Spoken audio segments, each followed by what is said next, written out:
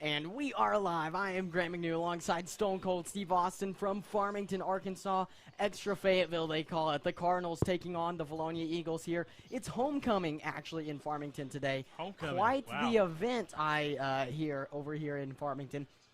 Steve, I say this every week, and I've said it my entire career. I couldn't be more excited. Couldn't be. This is a big game. Both teams coming in 4-0, Grant. Yes. This is probably the biggest game in 5A tonight. Absolutely. And we've got it. Yes, there are five unbeatens, I believe, in the 5A overall. 3 of them in the West, 2 of them facing off right here right. in just a moment.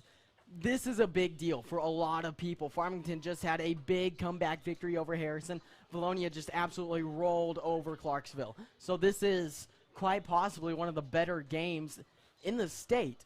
Absolutely. You know, Farmington's coming in on a high. They beat a good Harrison team, so they think they can beat anybody. At so Harrison. Yes, at Harrison, at the Crooked Creek. Yes. So they're coming in thinking they can dominate here tonight. Vilonia's got to be on their game. Absolutely, and so many storylines going into this game, especially with turnovers from the Farmington side. They forced 6 against Harrison, 4 in the fourth quarter, 2 blocked punts. We could go on and on about that constantly, I think, throughout the entire pregame. But, Steve, this is a Vilonia team that's proven that they can score at will. Their defense is strong, and they're great on the goal line even when they do get pushed back. So this has got to be one of the more exciting matchups that you're going to see all across the state of Arkansas for high school football. Absolutely. You know, we played a great game first half, really. Yes. Last week. You know, Vilonia's coming in with a high, too. They know that they can beat anybody. So this is going to be 2 teams that's similar to each other. It's going to be a knockdown drag-out tonight. Absolutely, and you'll notice that as the viewers, as we go into the pregame in the future of this broadcast, very comparable teams here. Yeah. One seems to be better than the other, not at every point, but you'll see that a lot. And our sponsors also seem to be a whole lot better than everybody else's. Hey, we got the Coach's Show coming out. Time out with Todd Langrel. Let's hit it.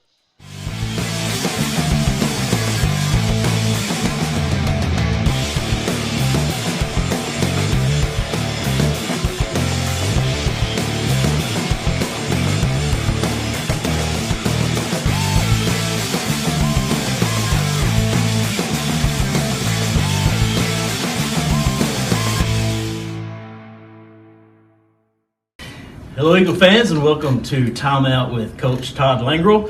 Have head coach here with us tonight with a great win over Clarksville last week. It was. We kind of put it all together, and that's what we were looking for going into that first week of conference. And kind of when we were able to execute both offensively and defensively, you know, good things happened for us. And it was good to have Cannon back, and you know, Austin's playing at a high level, and not just Austin, but our offensive line and other core receivers we're kind of getting an identity and kind of figuring out who we are and executing our game plan. Absolutely. You look at Austin Myers, he was 5 for 17 for 229 yards with 4 touchdowns. Just an awesome game. Yeah, he was. You said 5. He wasn't 5 for 4 touchdowns. Yeah, 4 touchdowns. He was 22 of, I forget exactly, but he only had 2 drops. Gotcha. And like I said, he's playing very effectively, and right now he's thrown for over 1,200 yards, 17 touchdowns, three interceptions, and completion rate of about 72%, which that's really good, and we're averaging 10.2 yards per catch. So with all that being said, you know, some people want to say, why do you ever want to run the ball? Well, we're going to do what the defense gives us, and right now they're giving us some of the some passes, and our screen game's really developed to being really good. You talk about running the ball. Lane Hunter doing a great job there. He is. We got 2 touchdowns. 2 touchdowns in the red zone and running some outside zone. So, you know, he's got deceptively great speed. Out there for receivers, Connor Erie, 3 touchdowns, Hinesley with 1, and Cannon Bartlett with 1. Always doing an excellent job out there at the receiver position. Right, and Cannon missed a game, so he didn't have the receptions that the other 2 do, but he's almost equal in yardage. He's a big play hitter, and we hope to get him more involved. And, you know, who would have thought that Connor Erie would have been leading in touchdowns this year, but he's very sure-handed. He finds open windows, and So he's developed himself into a good high school player. And has really become one of the receivers that Austin looks for. Really. It is. You know, one of a comeback on this end zone here. We called a play, and I just knew. I kind of thought where Austin was going to go with it, but he had different things going on, and it worked out. And he does have a confidence in Connor being able to run a great route and catching the ball. Yeah, and you talk about that offensive line. Austin couldn't do, and the receivers couldn't do what they do without them keeping the pressure off of Austin. That's right, and that's something big going into tonight's game, and they have a very good defensive front, and it's going to be challenging. Yeah, and our defense, like we said, 4 turnovers, man. They're just doing an excellent job. I can't give enough credit to Coach Kane and Coach Ink and Coach D and Coach Stout. The game plan they've been putting together is awesome, and our kids have adjusted to going to a little bit different defense, and they've responded really well, and kind of ball hawks, Yeah. And here again, having that many seniors on that defense, you're probably going to be pretty good. Yeah, we talked about these numbers. This was all in the first half. Yeah. In the second half, you got to play some of the younger kids who really don't get the playing time that the others do. How big is that? Oh, that's tremendous. And last week Monday, our JV beat Clarksville. I think it was 16 or 18 to nothing, and that was and they went in, and there wasn't a big drop off. With Wesley McKissick, he was out quarantined. We had to put Erie in at quarterback to hand the ball off, and was effective, and so it was a great team win. And it's good to get them experience because they're just an injury away from That's stepping right. into that spot. Yeah. So good for them. Big one tonight, Coach. Farmington heading to Northwest Arkansas for a big game. Both teams coming in at 4-0. 1-0 in conference. Couldn't get any bigger. It is, and the thing about those guys, they've come down from 25-point lead last week versus Harrison, overcame that, won by 1 point. The week before, Springdale, a 7A school, they come back down from a 19-point deficit and win by 1 point. So you're going to have to keep your foot on the gas pedal, and you're going to have to play 4 quarters against these guys because they're good. Yeah, so this is a team, if we get down to them, or they get down to us, they can still come back. That's right. So. They're very opportunistic of turnovers. They blocked 2 punts last week. So, they're playing at a high level. Good. Talk about their offense. What do you see there? Well, they've got a sophomore quarterback, very savvy, extends plays. They use him effectively in the RPO game. It's almost unfair. We kind of do some of the same stuff. Your linebackers are getting run keys, and they're stepping up, and they're throwing slants behind it. Number 10 is a very good receiver. Their O-line is solid, so, they're 4-0 for a reason. Yeah. Defensively, how they look? Defensively, number 99, you're going to see him all over the field. He is a good football player. He blitzes a lot. He plays linebacker, plays DN. 71 is defensive tackle, is very hard to block. 34, I mean, they've got good players. Number 8, it's safety, makes tackles on the line of scrimmage. So we're going to try to use some of that aggressiveness to help us, here again with our screen game, and we call them foxes, where we fake the screen and we throw downfield. So that's kind of what we're going to try to do. Looking at game film, it's like really teams that kind of mirror each other, big, fast. Yep. Good teams, so it'll be a good one to possibly come down to the end there tonight. Well, well, I hope not, but I mean, I think if we take care of our business, get off to a good start, no turnovers, we'll be just fine. Is that your keys to the game? Absolutely. We need to come. Number one, just to be honest, we hadn't had a great week of practice. I'm not sure exactly what it is. We talked about it at the end of the practice yesterday with 30 seniors. Coaches can't always get a practice right. You can't yell enough. You can't beg and plead. Sometimes the seniors got to get involved in that senior leadership to get practice going, and that's what I hope we learn from it, and we put up an effective night versus Farmington. Good. Looking at the weather, it could be a night you had some thunderstorms in the area. Do y'all prepare for that? Maybe playing in the rain. Well, it's hard to replicate that. I've never, some people dip a ball in the water, etc.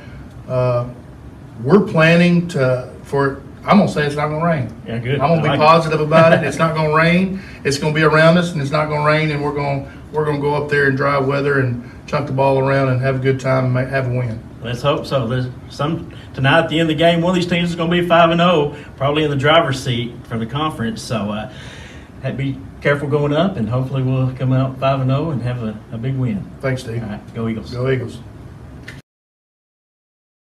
Linda Marie's, your one-stop shop for fabric, makeup, jewelry, fall decor, and more. Located on Highway 64 in the Vilonia Commons, Linda Marie's is a hidden gem and a staple of the Vilonia community. Linda Marie's is always showcasing seasonal deals and special offers, so come check them out today.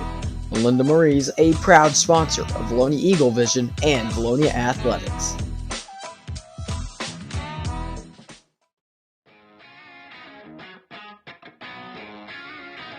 D&N Construction has been a proud supporter of the Vilonia Eagles as a locally owned and operated business since 2011.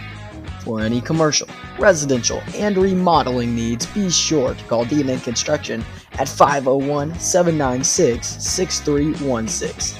And, as always, go Eagles!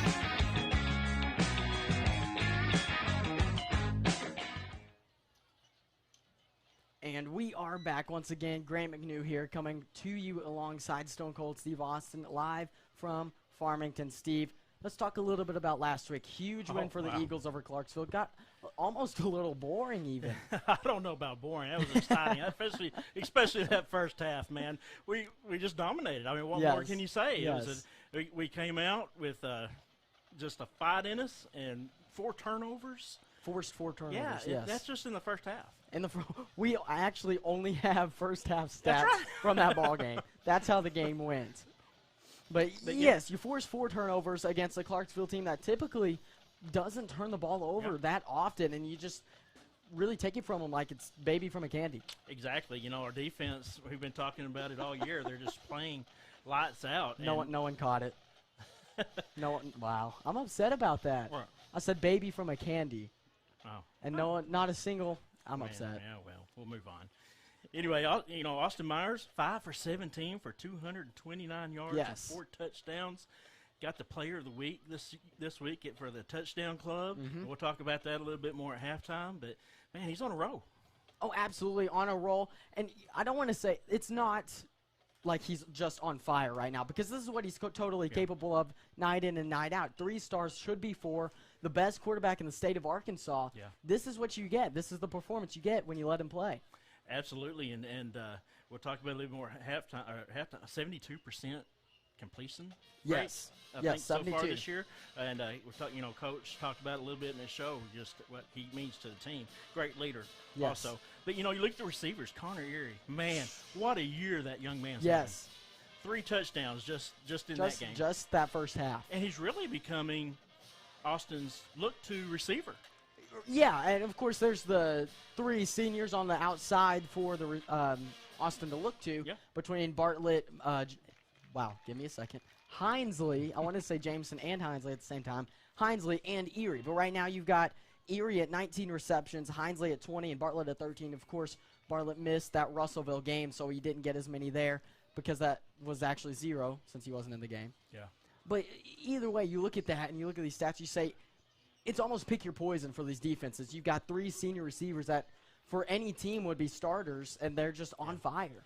I would hate to be a defense going up against this Vilonia offense because you have a lot to prepare for. I mean, you have a running game. You have a passing game that you had better be ready for. And Farmington better be ready for that tonight. You know, we might get some rain here. Hopefully not. Hopefully we'll not have that here. But you never know. Might hurt our passing game. I have to get that running game going a little bit more. Yes. But, it's like Coach said in the coach's show. He gets asked a lot, why do you even run it? Because you got to keep the defense honest. You've got to, yes. And that's, of course, a funny question because you've got such a great passing game, but don't knock the running game either. Lane Hunter is one of the most explosive runners you'll see in the 5A West. And then you can put Seth Kirk back there. Seth Kirk, he's another all-conference capable runner at the 2-back. Of course, he's using him mainly on defense this year, and I don't blame him because he's a force back there in the defense area. So hard to go both ways, but you try to keep him as fresh as you can. Right. But yeah, talk about Cannon Bartlett. How can you talk about that game? And I mentioned it last week in the broadcast. He's like a magician when he's running. He is. I mean, He you is. think he's stopped, and all of a sudden he's gone. And all of a sudden he's over you. Yeah, and the leap that he had over that player, man, it was just an exciting game. And then the second half, you got to get some of these younger kids don't get playing time in. Right. And we, in the coaches show, I asked him about that, and we was able to, to get them some quality time because they're just injury away from stepping into the starting position. Oh, and absolutely. And even with these younger kids, you've got very capable players on that sideline for the Eagles. And what I like about this team, Steve, is the fact that, yes, they're well coached because you have to be typically for Vilonia being a smaller school facing off against some very big, very athletic teams. You have to be extremely well coached to win ball games, and they really are. And then you just add the athleticism to that great coaching staff, and it's deadly. Yeah. It's hard to come by, and it's hard to beat. And I think you talk about athleticism. I think that's what we're going to see out here. Which team has the most athletes? I think that's what's going to come down here to tonight, and turnovers. Yes, absolutely. And, hey, before we turn it over to our sponsors, how about just these new shirts, Steve? Aren't they nice? Yes. Sean Barber at Southern Tees, which is our first down sponsor, was able to give us a little new shirts to wear, so appreciate him. Growing up and raising a family in Vilonia, I've seen firsthand just how hardworking Arkansans are. But it's not enough just to work hard for your money. You need your money to work hard for you. My name is Chad Roller, and at Genwell Financial Advisors, that's our job. We help your family plan for their financial future. Whatever stage of life you're in, give us a call at 501-205-7000. Gen Wealth is a proud sponsor of Vilonia Eagle football. Go Eagles!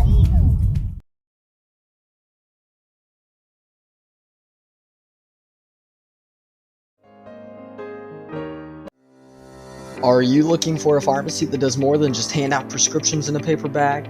A pharmacist that knows you and your family members on a first-name basis? Well, Vilonia Family Pharmacy is a good neighbor pharmacy located in the heart of Vilonia, offering personal, thoughtful care to its customers. Visit or call today at 501-796-2204 to see why they are so locally loved and trusted.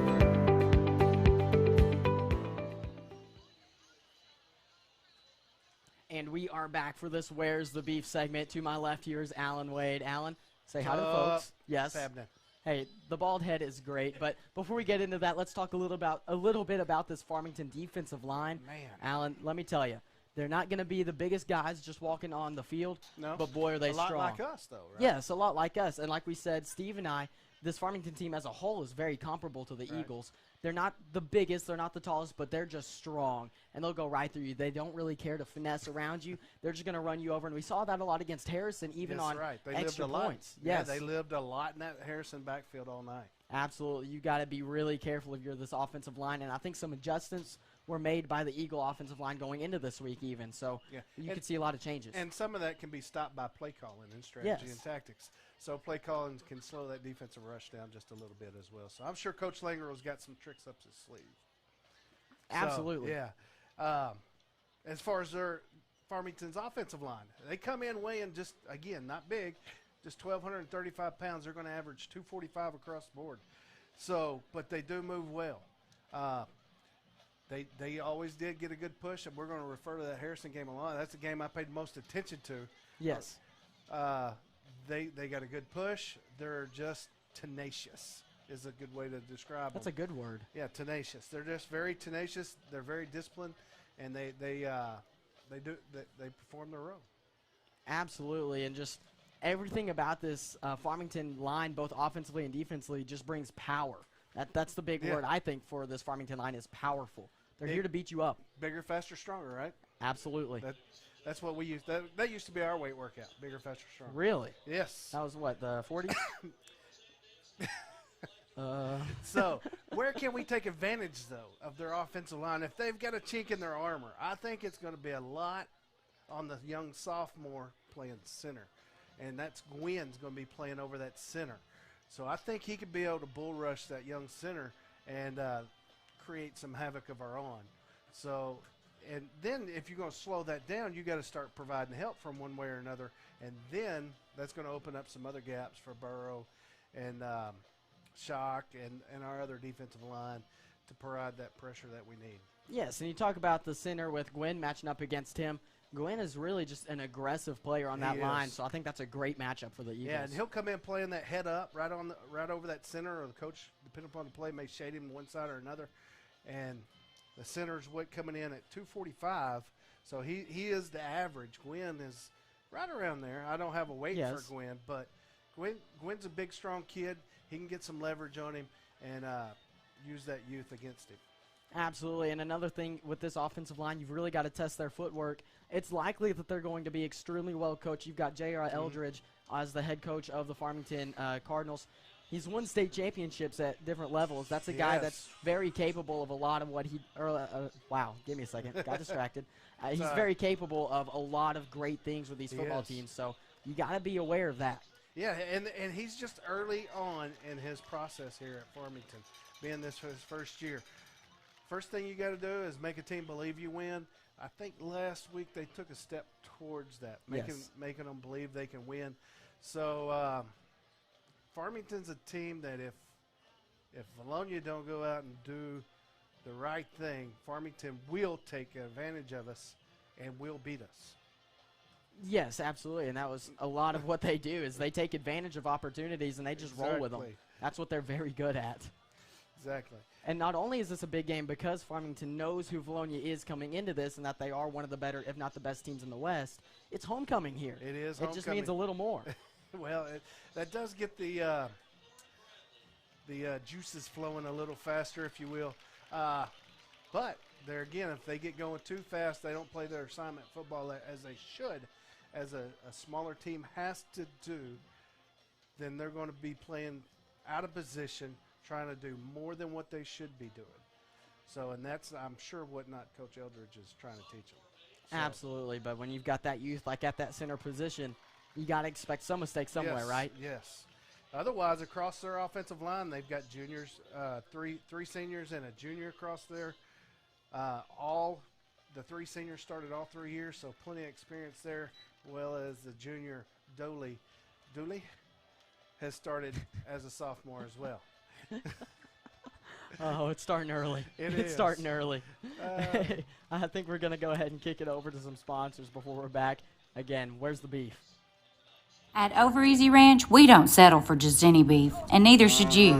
The Over Easy Ranch beef brand is proudly raised by Wade Family Farms. Our goal is to bring back a local heritage so our community can enjoy great tasting beef that's fresh from the farm.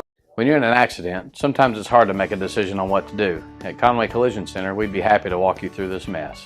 As a family-owned, long-standing company, we walk you through every step of the process while valuing and respecting your car like our own.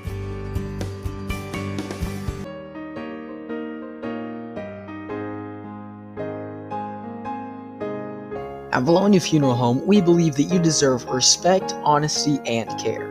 With no hidden fees, Vilonia Funeral Home exhibits the true nature of a family-owned and operated business. We want to offer you all the care and support you need as we help you celebrate the life of your loved one. Vilonia Funeral Home, honoring each life.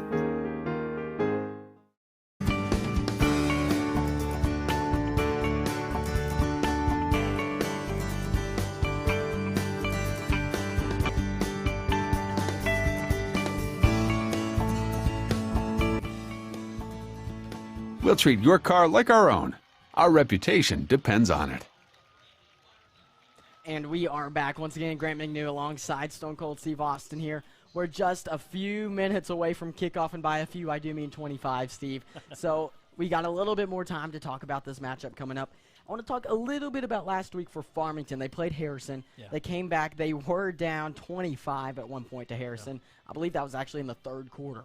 So a big game for them. They blocked 2 punts, not one, but 2 punts. Wow. They blocked 4 forced turnovers in that final quarter as well. So what you're saying, Grant, is if they can come back, Yes, they're actually. No matter how far we are up on them, we still need to play because this is a team that can come back and bite us. They've been nicknamed the Comeback Kids, actually, because they were also down 19 at Springdale and came back and won that game. They're undefeated right now. Yeah. They're an incredible second-half team.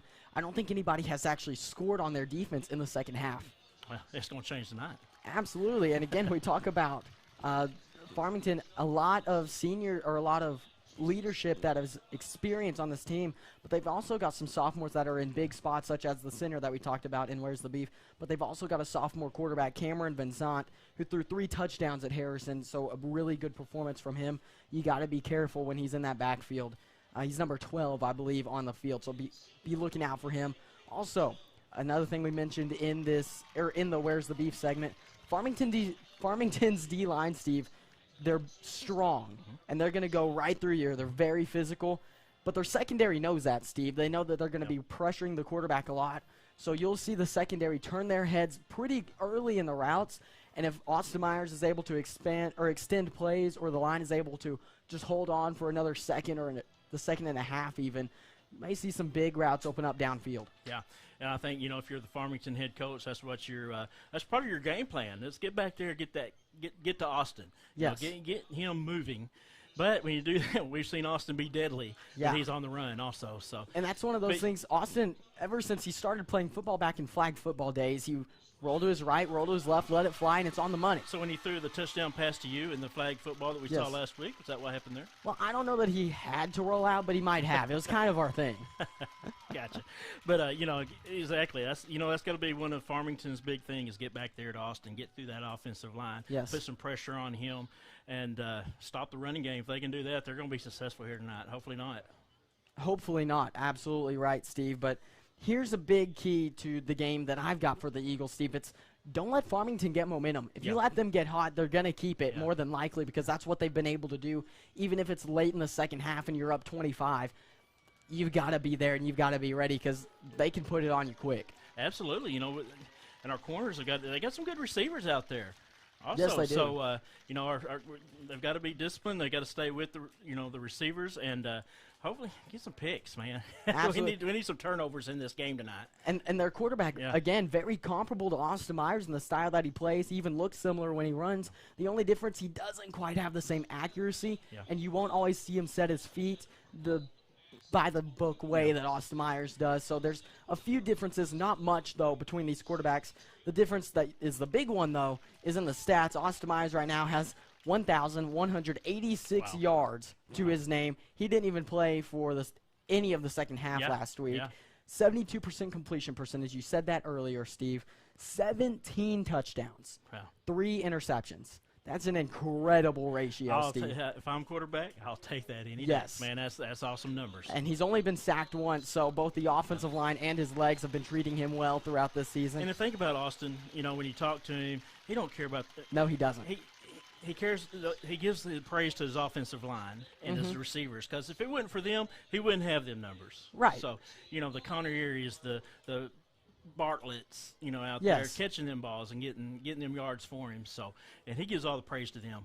Absolutely. Also for the Eagles, Lane Hunter, 33 carries, which is a little bit down from what we saw from our starting running back last year. But 33 carries, 161 yards. Steve, that's 4.9 yards per carry. Yeah, 4 touchdowns. He's doing a great job back there in the backfield, man. Explosive. And our offensive line is doing a great job opening them holes for him. It was fun to watch last week, man. They would open them gaping holes, and he would shoot through it. And when he does, you better get a hand on him because he's gone. He's going for 6. Absolutely right. And another thing I want to mention, Steve, is this linebacker core for the Eagle defense. Oh, man. All 4 linebackers, nicknamed the Ninja Turtles, are the 4 leading tacklers on the team. You've got Campbell Ozier, 38 tackles, 2 sacks, a tackle for loss, 1 forced fumble, and 2 fumble recoveries. That's a great stat line for anybody. Ethan Cash, we call him Cash Money. He's going to hit you hard. Another 38 tackles. He's tied with Ozier for leading tackler on the team. 1 sack, 6 tackles for a loss, Steve, and a fumble recovery. Keller Schwolz, 34 tackles, 2 tackles for loss, 2 forced fumbles, and a fumble recovery. Seth Kirk, 25 tackles, 6 tackles for loss again, and 2 fumble recoveries. this linebacker core is anywhere and everywhere on this field. You never know what you're going to see from their rush or from their drop back, but they're there to make a play, and they rarely miss. Man, if I'm an opposing offense, they scare me. Yes. They can lay a lick on you, and that's what you watch Seth Kurt, man. He's like Superman. He flies around. And Stroles, man, he has had a great game these past 2 games. And I expect to see him here now. I expect him to be able to get through this offensive line and put some pressure on their quarterback. Right, because that's what they do so well, and they've done it all season long, especially in the big games like this one, Steve. But for the time being, it's just about kickoff time. I'm Grant McNeil alongside Stone Cold Steve Austin. We've got big-time 5A Wild Wild West action. What's up, Steve? It's homecoming. It's homecoming. It's homecoming for them. Hey. If you're Coach Langro, you've got to use that. You're angry. Yes. If I'm a team, I'm angry that they picked us to be their homecoming game. Hey, we'll be back. Hey Arkansas, we've done it again with our new 2-story home. That's right, a 2-story factory-built home with up to 3,400 square feet. You'll have to see it to believe it. If you can dream it, we'll build it with your family in mind. We bring you the newest innovations. That's why we're still Arkansas's #1 dealer. Come see us today. We're Hawks Homes, Little Rock, and Conway. Hawks Mobile Homes, we're home sweet home.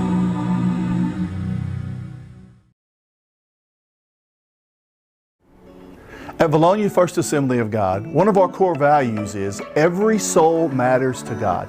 Titus 2:11 says, "For the grace of God has appeared that offers salvation to all men."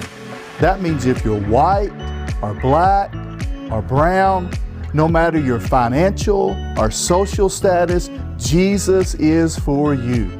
No matter how many times you have failed or succeeded, God's grace is for you. Every soul matters to God. Therefore, every soul matters to us.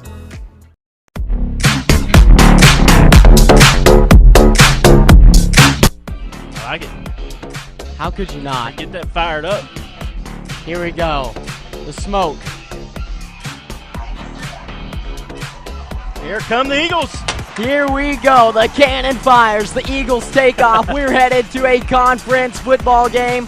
74 degrees and beautiful out as we get ready for opening kickoff. How about that? USA, USA, USA, Steve. For the short kick, they've seen a little film, Steve. Here we go, Grant. You ready? I'm ready. And the kick is away. That'll be a pooch kick towards the sideline, caught by the Clarksville Panthers. And that is number 16. He'll take the ball. That ball's on the ground. The Eagles jump on that ball. That is number 17, Campbell Osier on the recovery. The Eagles take over in plus territory. Right at the 26. Set up defensively. They finally find their spots. Myers drops back. Got plenty of time.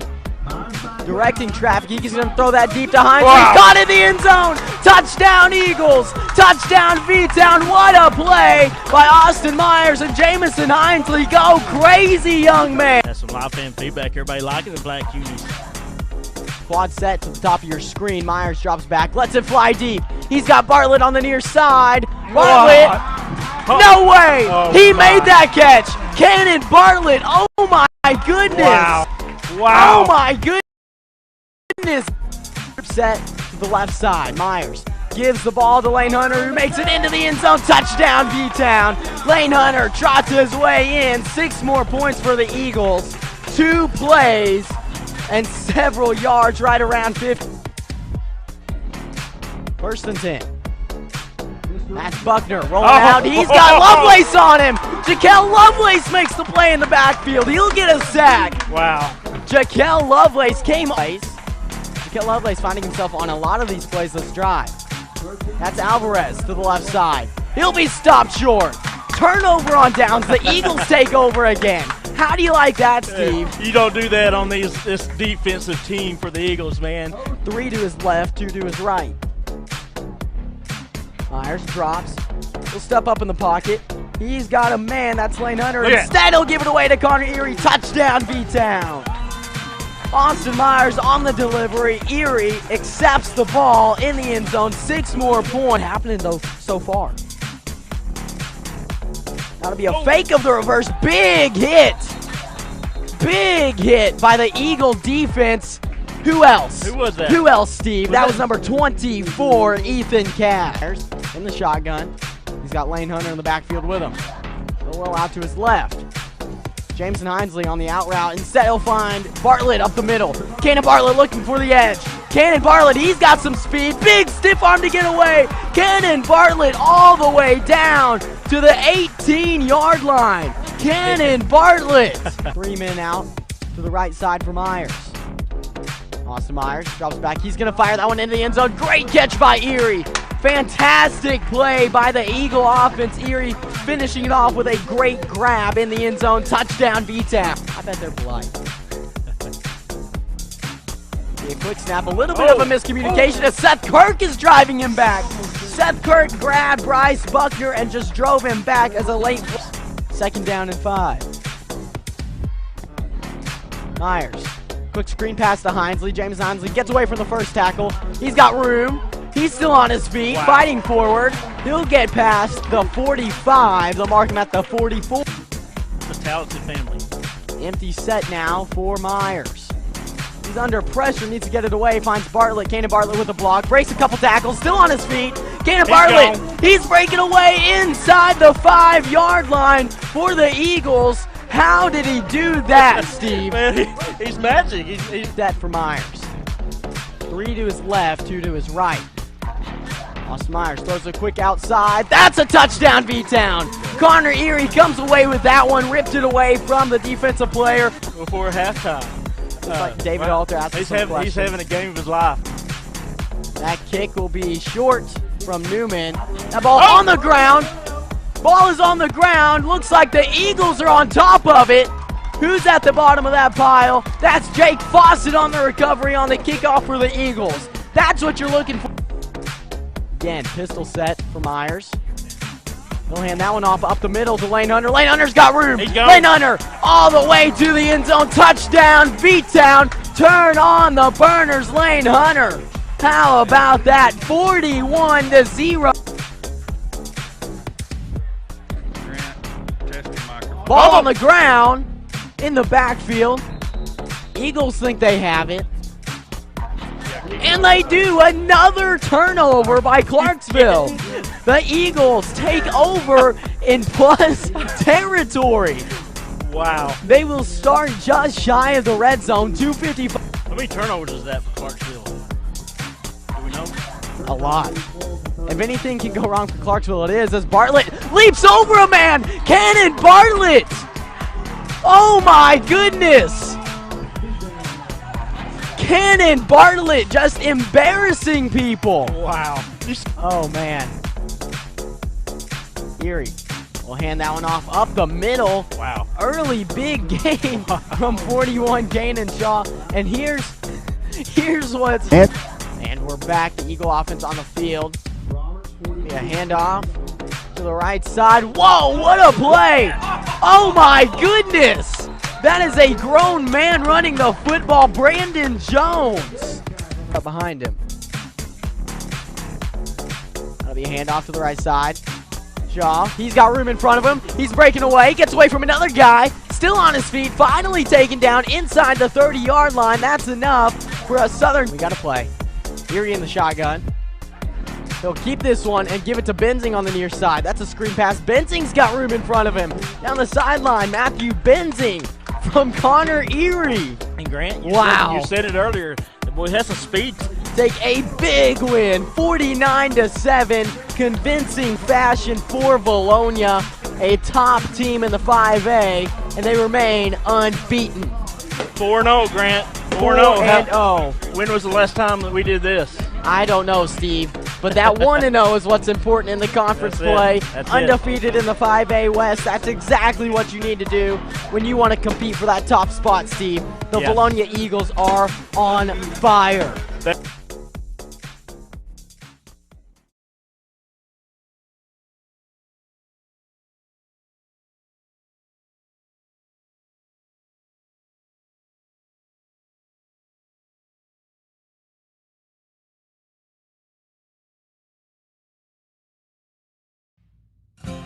Welcome to Charlie's Corner, home to name brands such as Duckhead, Lucky Brand, Oxford, Hey Dude, and more.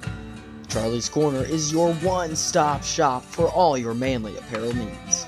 Don't forget to check out their sock collection and Razorback apparel when you stop by. Charlie's Corner, a proud supporter of Vilonia Eagle Athletics.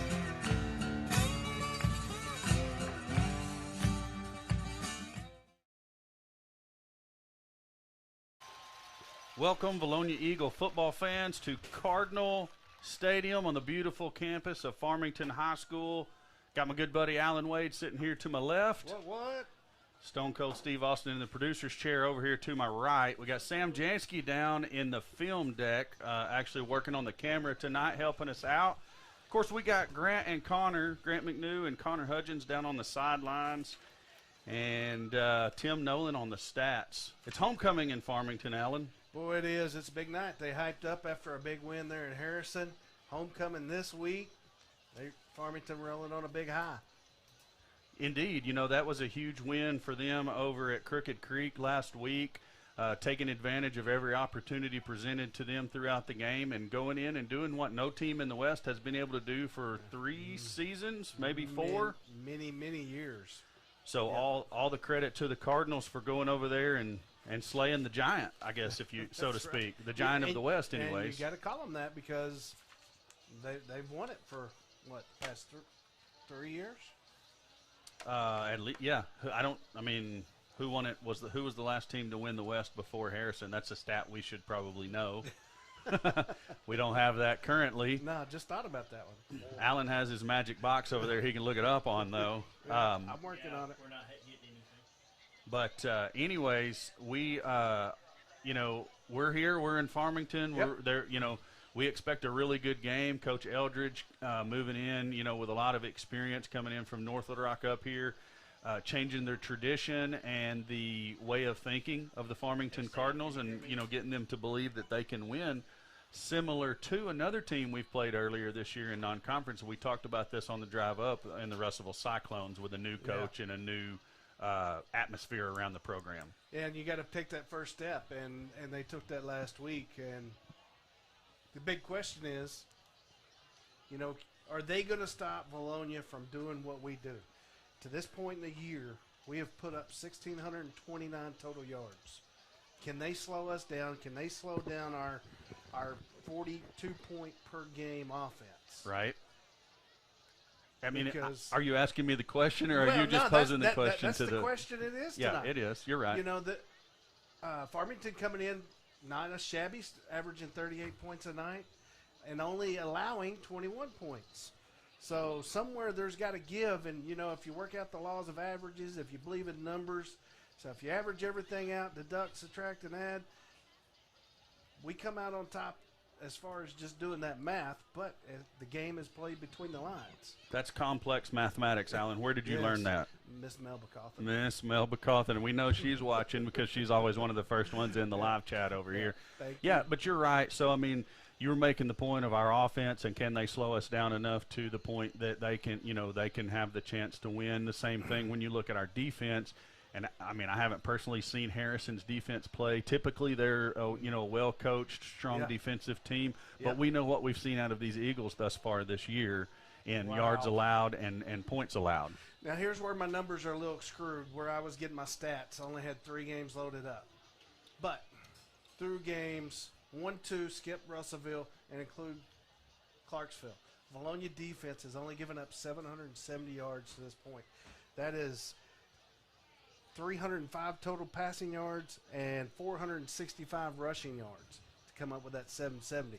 We have been stingy on defense. What we've been doing defensively has been nothing but miraculous compared to last year. Last year at this point, we'd given up 1,400 yards. Allowing 605 through the air, 870 on the ground. So that's half. So big turnaround defensively. Right, some position changes on the coaching staff for the Eagles. Coach Langrel moving over to call offense with the departure of Coach Sweeney to go focus on other things. And then Coach Davison moving from O-line to the defensive coordinator. and both seem to be fairly positive moves thus far. No, not saying anything, bad about the coaches who were in those previous positions. No. But it just looks like, for whatever reason, it's just a little bit of change went a long way for the Vilonia Eagles, not to mention that junior class grew up another year. Junior class grew up. Also now year 3 in a system. Yes. Year 3. And these seniors got to see it all 3 years now. So probably a lot to add in on that sauce right there. Not only just the changes coaching, because I feel like they've kept the same philosophy. I think it's similar, and I know that the play calls are similar, but maybe it's just a difference in the way that message is delivered on a daily basis throughout the week. And then again, maybe it's like I said, it's just another year of maturity for this group of players who had a lot of experience before this year, and it's, the fruits of the labors are being brought to bear. Yes. So looks like we've got the, not to interrupt you too much, hold that thought. I was just going to call out the captains for the Eagles, number 57, Austin Stutterfield, number 24, Ethan Cash Money, and number 34, Seth Primetime Kirk. Supposedly there's some sort of microphone issue, Steve, that I think maybe they're not really hearing Alan. Is there some setting you can adjust there to potentially correct that? Because Alan definitely everybody needs to hear me. Needs to be heard. Working on that. Yeah, that's like he's got a checker. He's playing checkers over here, Alan. I see it. That's what it looks like. It looks like he's playing checkers. And now let me see if you can hear Alan. How about now? Any better? Yes. Okay. Halter, do you hear us both now? All right. So back to I said that the another year of maturity, fruits have come to bear. Well, go ahead. I think we beat that horse to death. Okay. I think it's time to line up and smash face and see which Jimmy is going to beat which Johnny. Okay. Yeah, I can go with that, absolutely. I mean, it's one of the bigger games in the 5A this week. Overall. So I mean, certainly. It's a top 10 matchup, and pretty much no matter how you slice it. And 2 of only 5 unbeaten teams left in the 5A at this point. One of the others unbeaten's been PA, and I don't know who would it be. Like Whitehall maybe is one of them, and I don't know who else they are. But PA is technically not undefeated. Come again? Technically, PA. Got beat. You're right. So Texas school. Texas, that's right. But. Still unbeaten in the state. So correct. Okay, looks like Farmington won the toss and they deferred, so we're going to see what the Eagles are going to do. Well, I mean, they're obviously going to receive, but we're seeing which end zone we're going to head towards. Yeah, Farmington deferred. Eagles will be going from our left to our right to start the game. One thing of note, we're going to have sideline reports, Lawrence Family Hardware sideline reports, but it doesn't appear we're going to have a sideline camera tonight, as the thick glass in this super nice stadium is not allowing our wireless connection to happen. And we were warned about that before the game, and we tried it out, and it just didn't work, man. It just didn't work. We tried everything. We got to go get one more cable, don't we? At least one more, yeah. Yeah. If we had one more long HDMI, we'd be good, but everybody at home doesn't care about that. Eagles are about ready to head out onto the field as they're over there getting hyped up behind the run-out sign. We're just almost ready for football here. Just about a minute and a half left until kickoff. Alan, any other last thoughts before we're ready to roll? I'm ready to smash face.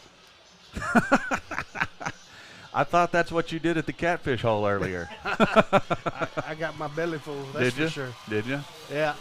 Catfish hole never disappoints. No, it's good eating. It's good eating. It doesn't matter if you stop at this one or the one down in Alma. That's right. We frequent both on these long road trips, and we really, really enjoy it. Yeah, I'm talking about that. This could be the last year that we come up here, huh? Hey, I got a note already on the Greenbrier game. They are in a weather delay. Oh so my. we are that. We got the rainbow. We got a rainbow smiling over the top of us. So we apparently God smiles down on the Eagles, and I'm just kidding. A little friendly cross county rivalry. We actually love each other behind the scenes. I've taken it a little too far there, but either way, hey, I don't know. I guess what I was going to say is maybe we're fortunate coming to Northwest Arkansas because we drove through several showers. Some of them pretty rough. Coming across the I-40 there. Had to slow down real slow. Thought Grandpa was driving us up here. Come on now. Number 27, Jagger Gordon's going to kick it away for the Cardinals. You've got Lovelace, Bartlett, and Hinesley deep for the Eagles.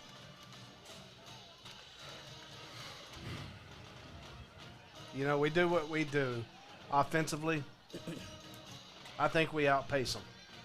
I think we can continuously get on top of their defense, and I think we'll be fine. The kick is away, and that is okay. I see it now. It's going to be Bartlett at the 1, out over the 10. Nice cut there, and the Cardinals found out really quickly what Bartlett was all about as he made a man just jump out of his shoes there. Eagles will set up 1st and 10. They're going to set it down at the 25. Okay, that's what I thought they were going to do. 1st and 10 at their own 25 to start it. Erie and Hinesley up to the top of your screen along with Vines there, so we can go trips to the short side of the field. Bartlett's the lone man out here to the right, and you got Lane Hunter in the backfield with Austin Myers. And how much do you like that? That's already a mistake. 1-on-1 right down here with Bartlett. See if we can exploit it. It's going to be Lane Hunter off left side. That's good enough for 2 or 3. What'd you see? I was watching that. That's man on man right here. Double move, throw it over the top on Bartlett right there. There's no safety help there. We're going to flip up the formation a little bit different than what we normally have. Bartlett's up to the top with Hinesley now, but he's the outside receiver and Hinesley in the slot. Lane Hunter comes to the near side. Quick throw to Bartlett, and it's just one of those you got to look it all the way in. You got to catch it. Catch it before you run. So that'll bring up a 3rd and long for the Eagles on the first offensive series. Be 3rd and 7. They're going to go quick. Hey, one person you got to watch on this Farmington defense. That's number 99, Bullington. He's going to be lining up at this downside defensive end. He provided to be a headache for Harrison last week. Now, I don't know what's going on there. There's no flag or anything going on. It was just the back judge just blows the play dead as the Eagles are ready to snap the football. I don't know what's up. Myers throws quick to Hinesley. Hinesley's going to have to work. He's got the first down and a little bit more. Out across the 35 up to about the 37, and that's going to be good for a Southern Tees first down. Hey, Hinesley doing a good job making that catch. We got some good downfield blocking. Hinesley makes a move and moves the sticks. And we're trying to go quick. It's going to be a swing pass to Bartlett. Bartlett's got blocking out in front of him. Erie was out there with a good block. Vines also with the same. Pickup of 7 out to the 45-yard line. Eagles. That's a heartbeat away from being broke, too. Yeah, definitely. That's what I was thinking. If he could slip that last tackle, it was going to be one of those off to the races type plays. So now you got Bartlett by himself again, but he's on the short side of the field. Safety's a little closer this time, and he's looking at him. Myers straight drop. He had Bartlett on the underneath. And who got him? Bullington. That's your guy you were talking about. That's the guy you got to know where he's at. Yeah, we had Bartlett on the underneath crossing route there, and Myers saw him, but I think he thought he was going to have a chance to look up and catch Hinesley or Erie going deep, and before he had a chance, Bullington was on top of him. Bullington coming in with 4 sacks last week and 3 forced fumbles. Looks like there's going to be a penalty flag against the Eagles, so it's going to be even worse than the sack. We're not going to lose the down, but we are going to lose a whole bunch of yardage. Maybe they declined it.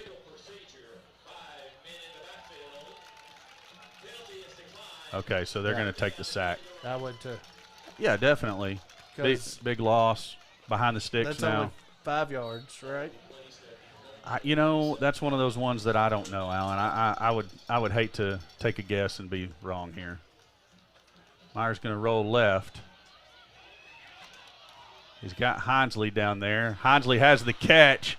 He was held up by the first defender, and then he shook loose of that, makes the catch, and gets the first down. That's at Southern Tees first down. That's just a good job by our receiving corps. Once our quarterback gets in trouble, they're finding little slots and little gaps to sit down in, showing Myers their number and getting open. Erie all alone out here in single coverage. It's going to be Lane Hunter to the left side, fighting for room. And what I didn't think was going to be very much turns into a 5-yard gain, and Lane Hunter just put his hand in the back of his lead blocker and said, let's go. That's why you do it against this physical team like that. Let that big guy carry you forward. Erie's going to be out here again. That safety is coming out this way a little bit more than he did last time. Now he's going to cheat back in. Trips to the top. Lane Hunter off right side.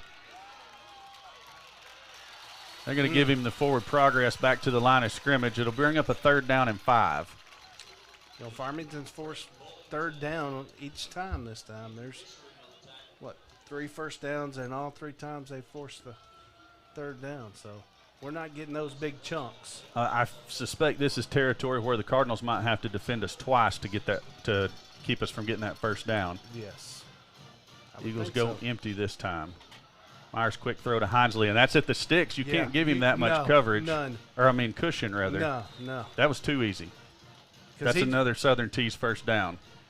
Hey, Hinesley just gets to the stick, stops, shows the numbers. Easy pitch and catch for Myers and Hinesley.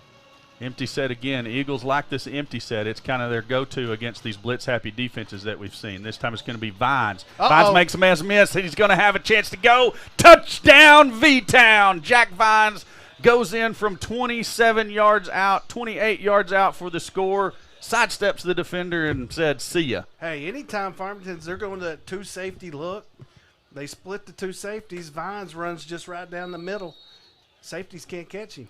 That's a perfect called route against that 2 deep coverage. Just run the slant right in the middle of them, and now they got to, who is it? Is it me? Is it you? Who is it?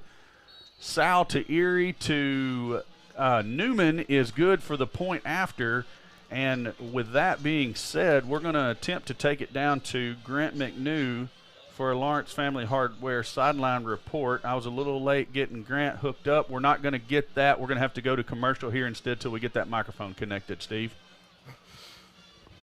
Growing up and raising a family in Vilonia, I've seen firsthand just how hardworking Arkansans are. But it's not enough just to work hard for your money. You need your money to work hard for you. My name is Chad Roller, and at Genwell Financial Advisors, that's our job. We help your family plan for their financial future. Whatever stage of life you're in, give us a call at 501-205-7000. Genwealth is a proud sponsor of Vilonia Eagle football. Go Eagles! Back to the field, Eagles wasting no time, taking the ball straight down for 75 yards and a score on the opening drive. Oh, Myers 5 of 6 for 75 on that drive. Newman kicks it short, and man, it had the English on it, but it needed one more bounce before we could get there. That was perfect. Man, I don't know what Eagle was coming down that sideline, but they were streaking. Let's see. You had the fast guy, Mosier, and I think Benzing coming down through there. Okay. We're both having a chance to get at that. So we're going to get a first look at the Cardinal offense as they're going to get to set up for their opening drive of the game at their own 35-yard line after the procedural penalty of the ball being kicked out of bounds.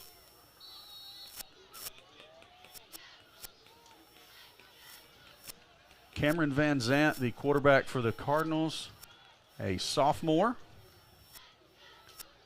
He's going to roll right, and that's his thing. Look back left, and they got us on that one. And that's, Alan, that's something right there we're going to have to make sure we don't give up on the roll, the bootleg action, and we make sure tackles. And Van Zant, very good with his legs, strong arm, throws from a lot of different angles. He's a young kid, but he's an athletic kid.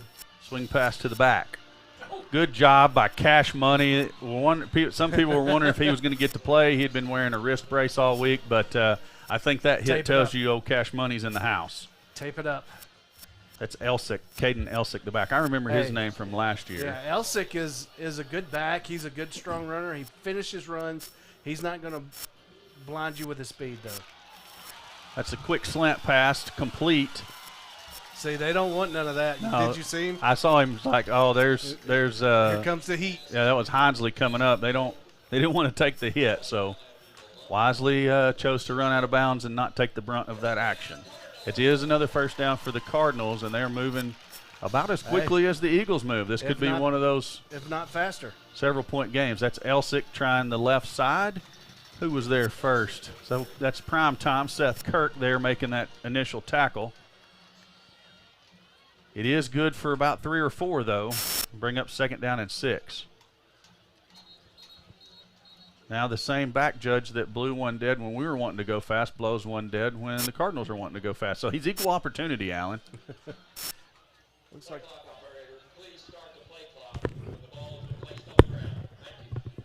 Okay, well, go. that's a good catch, and that may have been the same thing he was telling. That may have been the same thing he was talking about earlier. You gonna try to unplug that? Well, if that's not what's, let's see here. We need to turn that one way down, so that one's good. That's here. I'm afraid if I turn it off, we're not going to get Grant back. We'll try. Also, that's going to happen. All right, Cardinals give to Elsick. Going to try the left side, and that time number 50 is that Nick Ledoux, I believe, getting in there, Ledoux making the tackle. Off that nose guard. That was something you talked about. Another sophomore, the center, and wondered if we would try that as an Eagle defense, if we would try to see if we could take advantage of the player with not quite as much experience. Doesn't mean he's not a good player at all. Just, you know, sometimes those younger guys take a few games to get into the swing of things. And now that the field shrink for this Farmington offense, maybe it slowed down a little bit. Yeah, that time they went with the hard count, and we're going to get the penalty, so they're going to get back the yard they lost plus about 3 more or 4 more. It'll put them in a 3rd down and much shorter situation. And this may have actually gotten them into a field goal range. I don't know what their kicker's range is, Alan. You watched some of that tape from last week. You might know a little better than I. This is about it. And, of course, they hit a couple from here last week, but what his range is, I don't know. Cardinals struggling to get the right personnel on the field.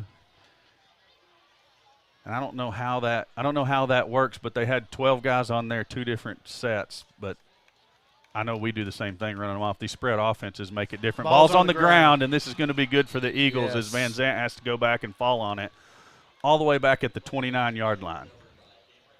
So that's going to bring up 4th down and very long, and I don't know that they've got the field goal kicker for this because this would be a 46-yarder if I'm counting correctly. They're not kicking a field goal. They're going 5 wide. Empty set. Eagles are going to substitute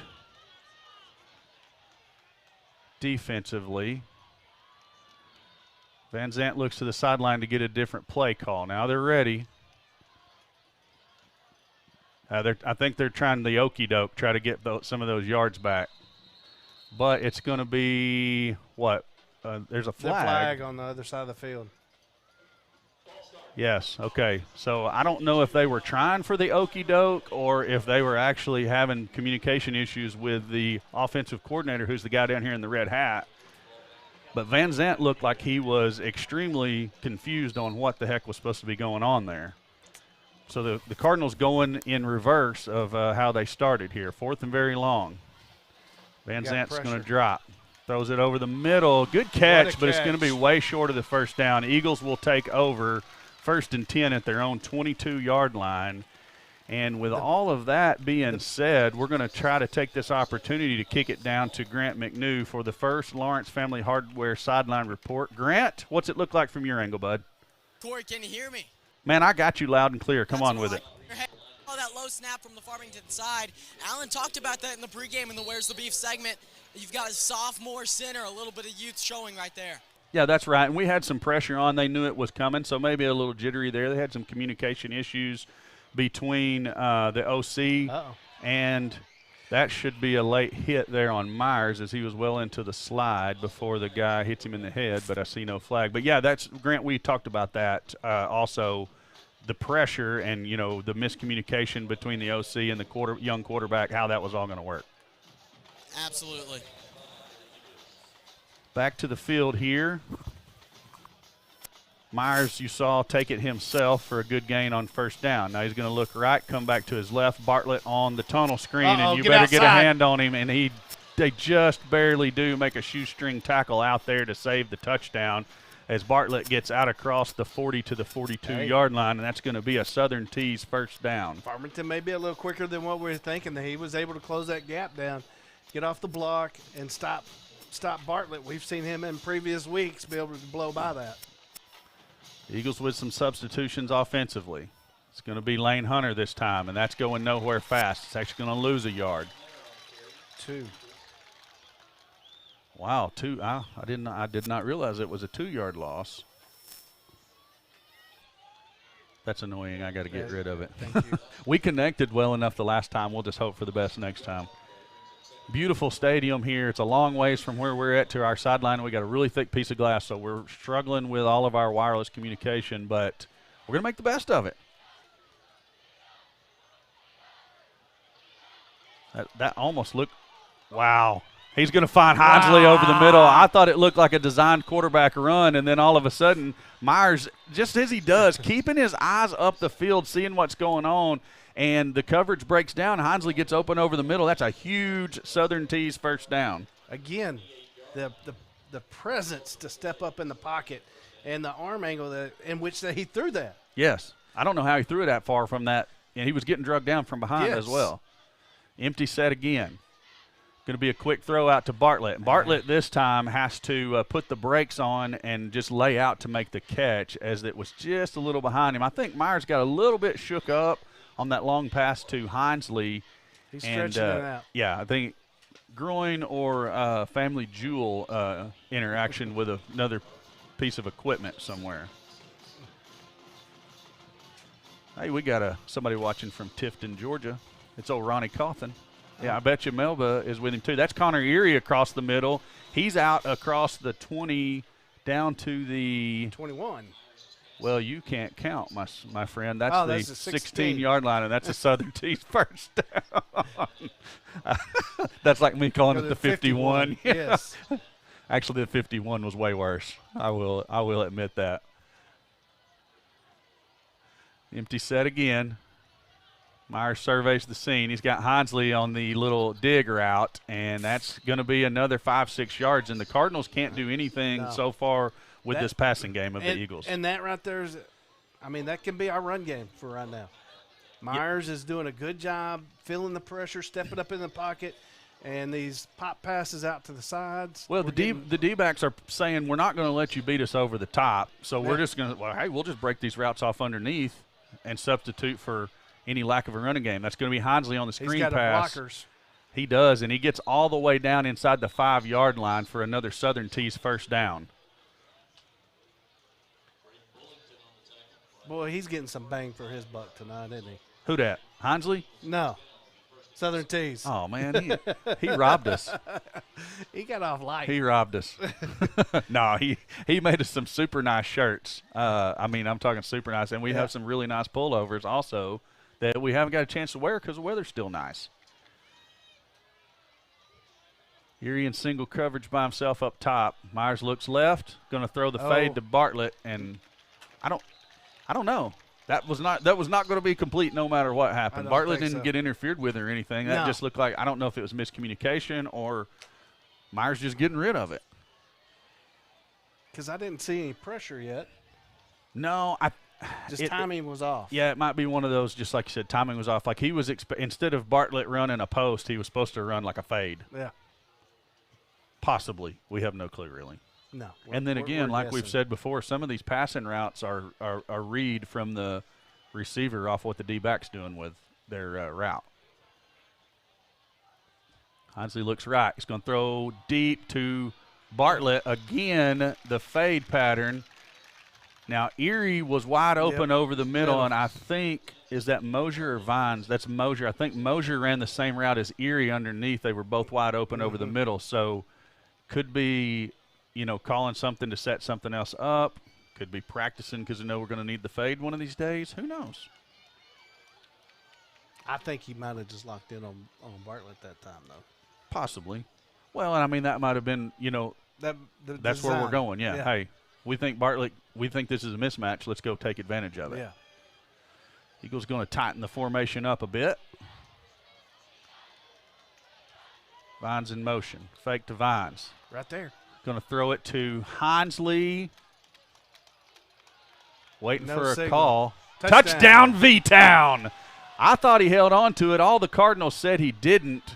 But, hey, the man that matters said touchdown V-Town. That's right. We couldn't tell from up here. We was at the mercy of the officials. Well, I've done that before, been so excited that I'm like, I know he caught it. I know Hinsley caught it and called the touchdown, and then they come in and wave it off. So that's why I had that, nice pause. Well, good thing is we have no instant replay. That's right. Well, we do, actually. We do. Sal to Erie to Newman is good. That's going to bring the score to a total of 14-0. Eagles lead the Cardinals, and we are going to pay some bills here as we play some commercials. Linda Marie's, your one-stop shop for fabric, makeup, jewelry, fall decor, and more. Located on Highway 64 in the Vilonia Commons, Linda Marie's is a hidden gem and a staple of the Vilonia community. Linda Marie's is always showcasing seasonal deals and special offers, so come check them out today. Linda Marie's, a proud sponsor of Vilonia Eagle Vision and Vilonia Athletics.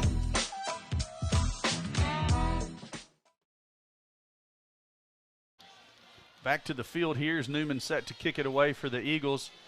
Just another great drive. I think you gathered up some stats there.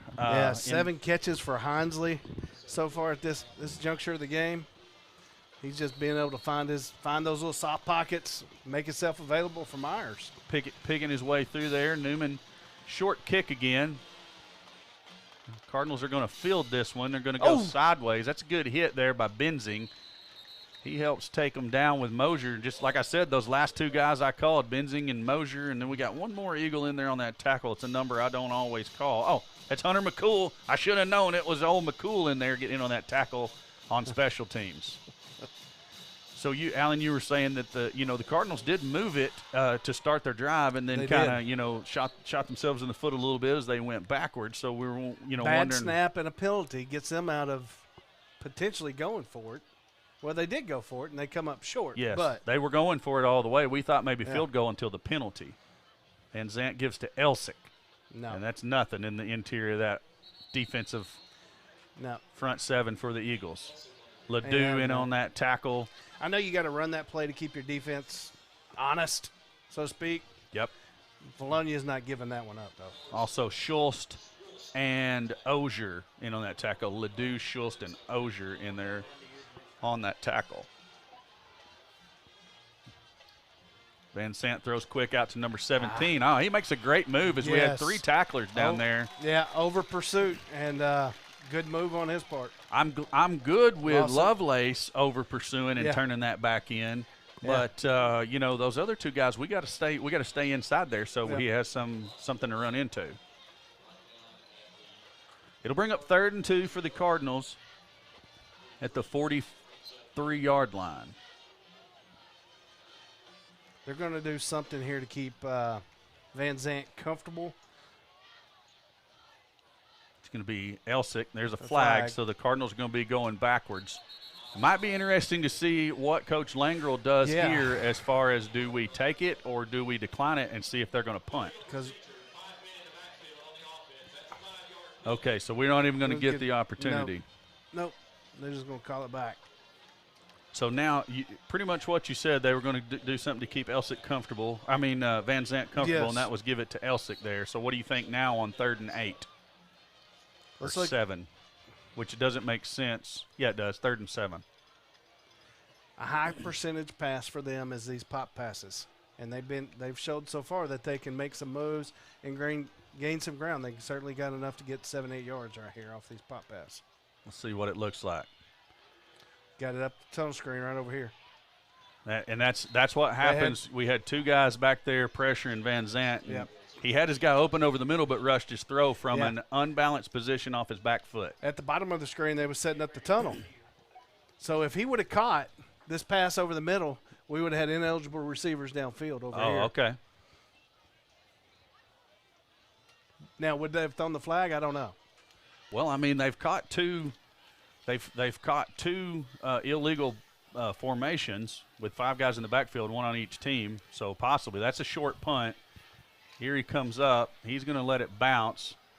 It takes a little bit of a Cardinal bounce. That was going to be a lot of traffic to catch the football in, and Erie and Hinsley, I believe, both wisely just get away from the football. And Grant, we're going to kick it down to you for a Lawrence Family Hardware sideline report. Eagles owning this game thus far.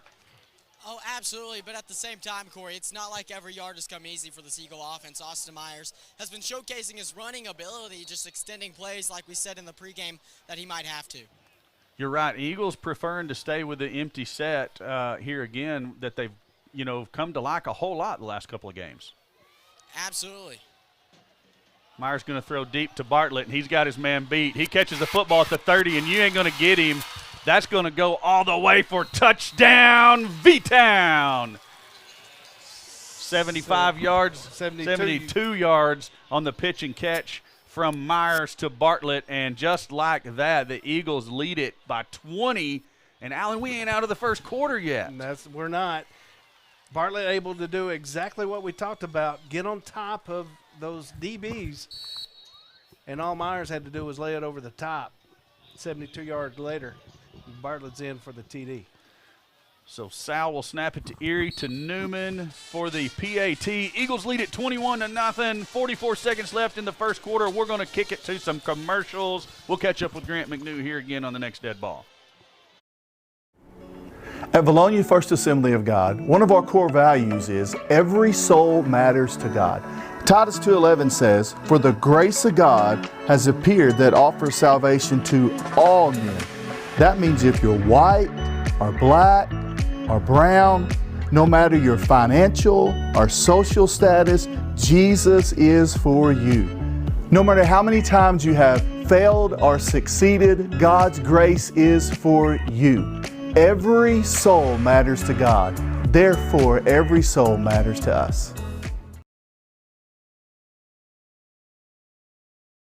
You're seeing the replay on the screen of that beautiful pass from Myers to Bartlett for 72 yards in the score. And, I mean, it's kind of like they say here in the comments. It almost is too easy at this point, Alan. Well, we certainly made it easy look on that last drive. But never give up on this Farmington team. They got the tenacity. Yes, and as I said earlier, I saw the flag come in there. We'll see what that is. But as I said earlier, don't count them out. No. Because they're down 18 at Harrison at halftime. Yeah. 28-10. I think that was actually in the third quarter.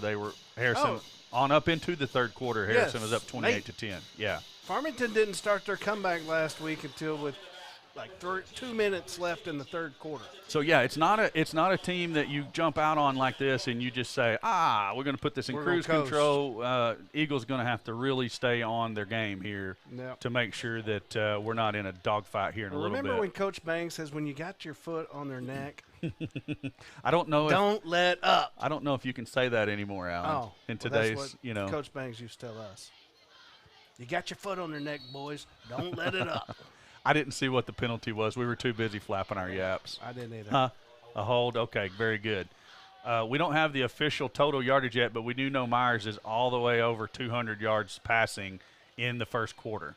Ozier coming in there to clean that up. And it's like we tackle. Yeah. Sometimes we tackle sure, and then a couple of other times it's like we're kind of. That's their go-to play, though, for 5, 6, 7 yards. Rain starting to come down very lightly out there as I can see it across in those lights. Yeah, so as we count down to the last, actually they're going to get that play off. And we had Van Zant in the backfield. And what was that? That was like the old, the old woo. He was holding the ball out in front of him there. I didn't know what he was doing there as he was running down through there. We're going to take this opportunity to catch up on commercials. And if we have some time when we get done with that, we'll check in with Grant McNew on the sideline.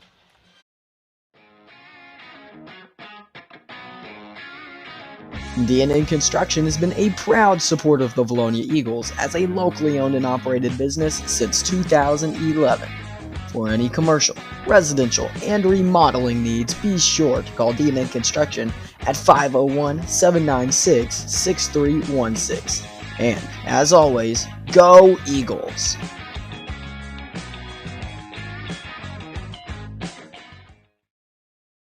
Hey Arkansas, we've done it again with our new 2-story home. That's right, a 2-story factory-built home with up to 3,400 square feet. You'll have to see it to believe it. If you can dream it, we'll build it with your family in mind. We bring you the newest innovations. That's why we're still Arkansas's #1 dealer. Come see us today. We're Hawks Homes, Little Rock, and Conway. Hawks Mobile Homes.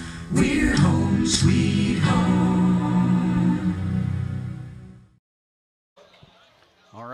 Cardinals looking at a first down. This is a different quarterback, I believe, isn't it, Alan? Probably number 14. Yeah. Harvey. He runs the RPO with there, or the read option with Elsick, and it was very, very slow developing. And Elsick's going to be tackled for. They're gonna give him. I don't know how you give him the line of scrimmage on that, but that's where they put the ball down. Yeah, that's what they got. Van Zant checks back into the game, but Harvey will be their Wildcat. Quarterback. That was the slowest Wildcat action I'd ever seen. They finish runs, and they've beefed up that offensive line.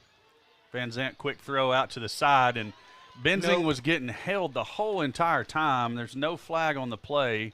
He even tried to fight out of it, and the guy held on to him through a spin there. It's going to be a minimal gain of about 2 yards to bring up 3rd down and 8. Maybe that was 3-yard gain, 3rd down and 7. Dustin Jones checks back in over on this near side cornerback position, but the Cardinals again in a 3rd and long. We'll see what they do with Van Zant. Van Zant again not understanding exactly what his offensive coordinators want asking him to do. Hey, they had a good game on what. Look for a slant play out of that slot receiver up there on top.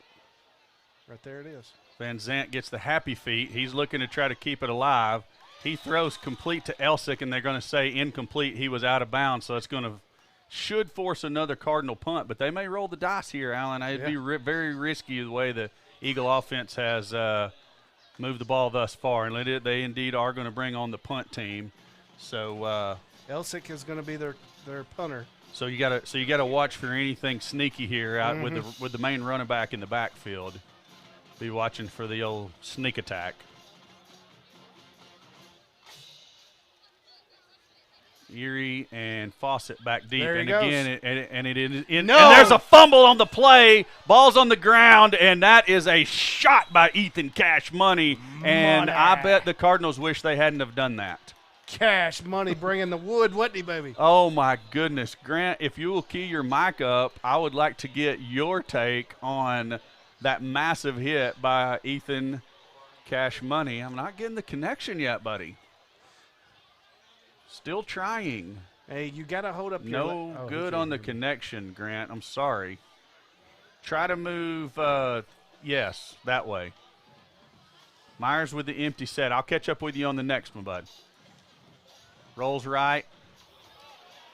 Ducks his head. He's going to wisely go down. Okay. I didn't see. All right, Grant, I've got a green light now. I've got a green light. How big was that hit from Cash Money on that attempted fake punt?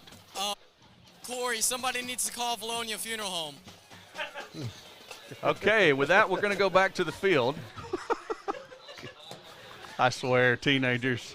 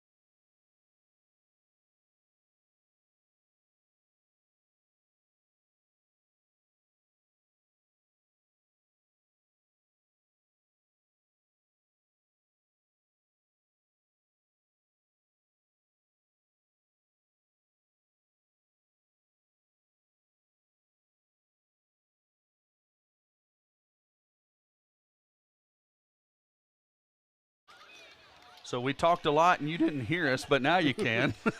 Man, that was some of the best commentating of the night, too. I mean, honestly speaking, it was great. It was great. So you're going to see the first punt out of the Eagles tonight. And Farmington, interesting formation with 2 guys back deep. Hinsley gets a boomer away. Oh, what a nice bounce. Stay in. Yes, sir.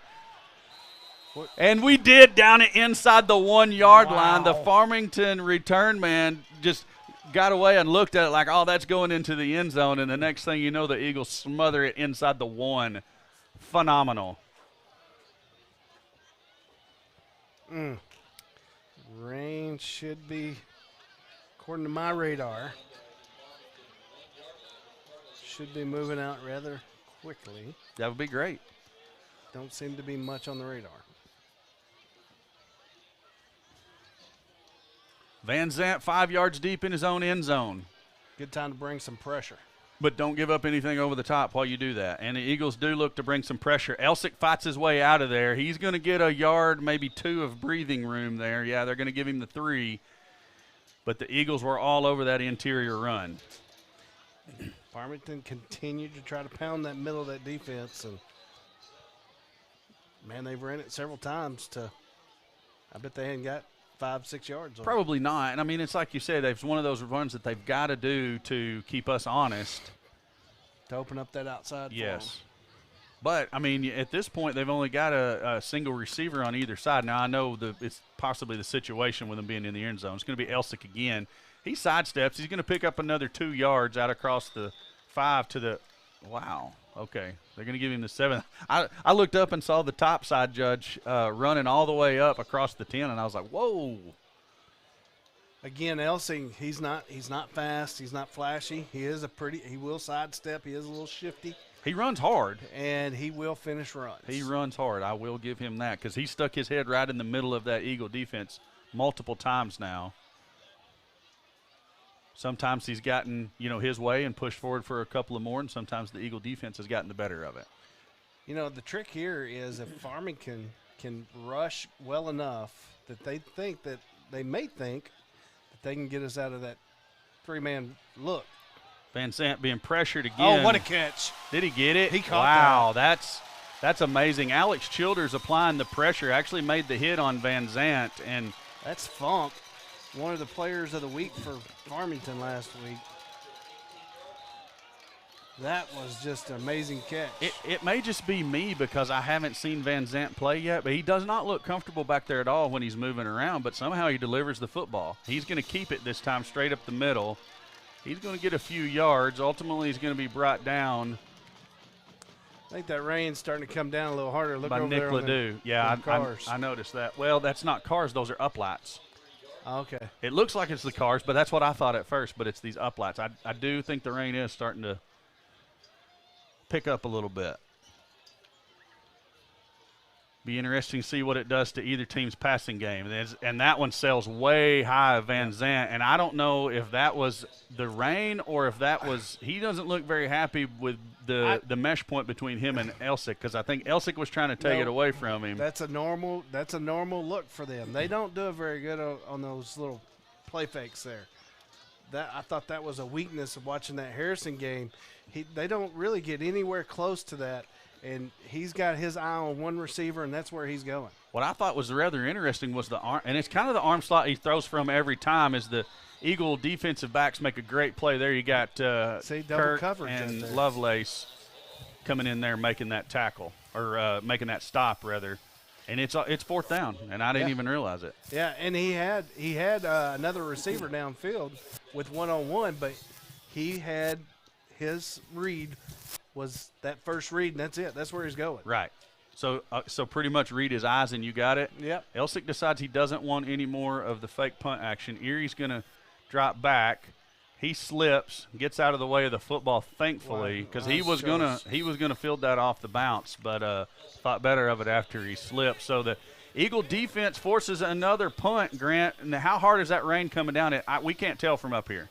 Well, Corey, it's coming down pretty steadily. It's not too bad out here. It's enough to make the ball wet, enough to maybe bring some mistakes out of some players if you're not careful, but it's not as bad as I would assume it looks. It did not stop that one Farmington receiver from making that pretty spectacular catch a moment ago. I got to give credit for that one. He is an incredible athlete, that's for sure. That was money. We'll see what Myers and company can do here as we start second drive of the second quarter.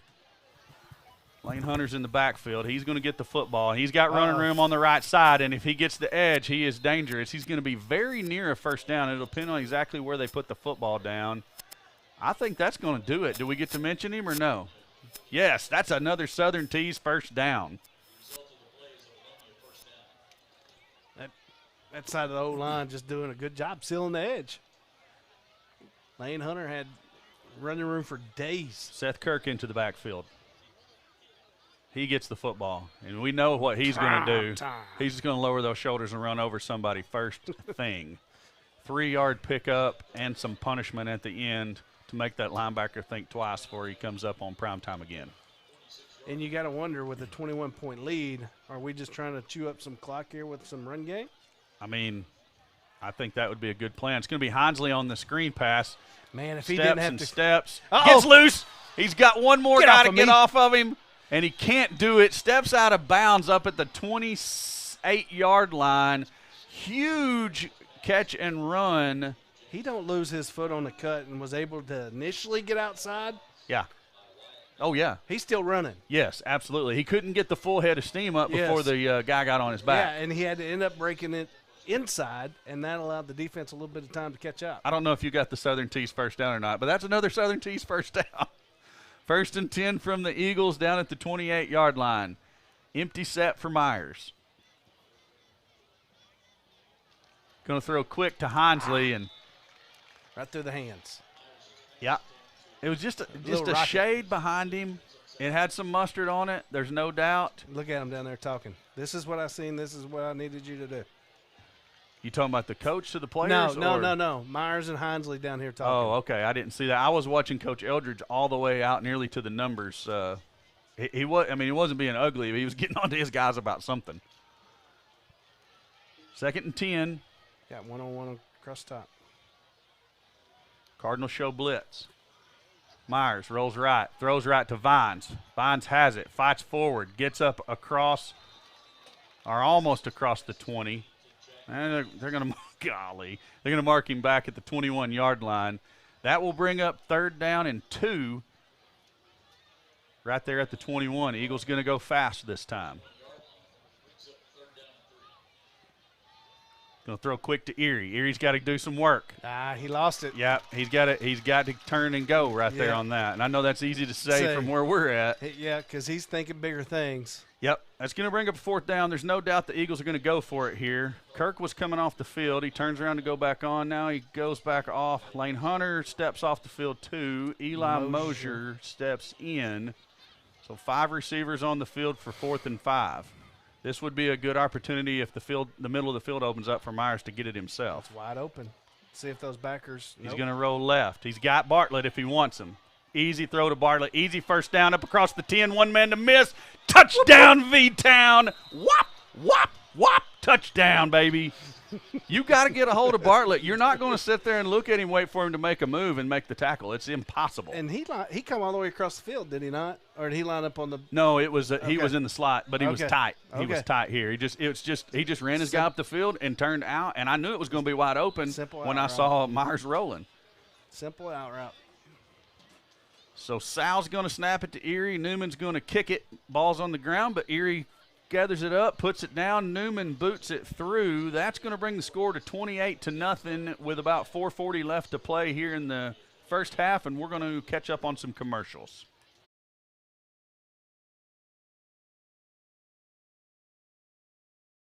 When you're in an accident, sometimes it's hard to make a decision on what to do. At Conway Collision Center, we'd be happy to walk you through this mess. As a family-owned, long-standing company, we walk you through every step of the process while valuing and respecting your car like our own.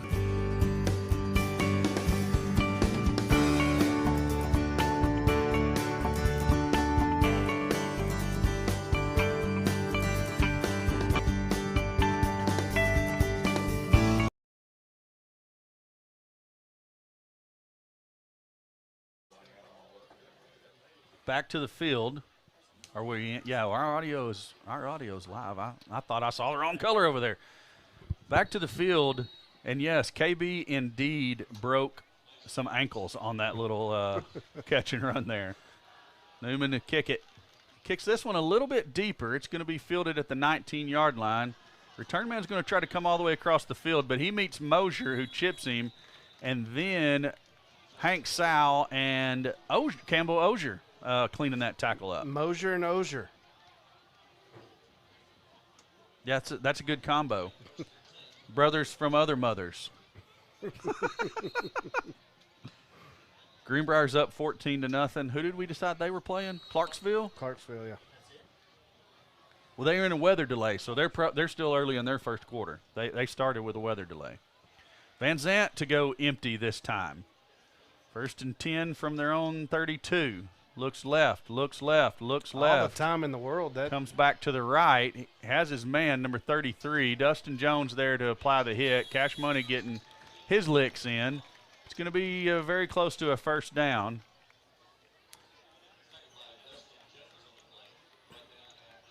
Farmington line held that defensive line. We didn't bring any backers. We dropped everybody into coverage. And it was good until he. Yeah, until Funk. Funk doing what a receiver should do, coming back and helping out his quarterback. Almost a mishandle there. Elsick ends up with the football. He's going to be tackled by. I don't think that was Ozier. Who was that? Can't get a number.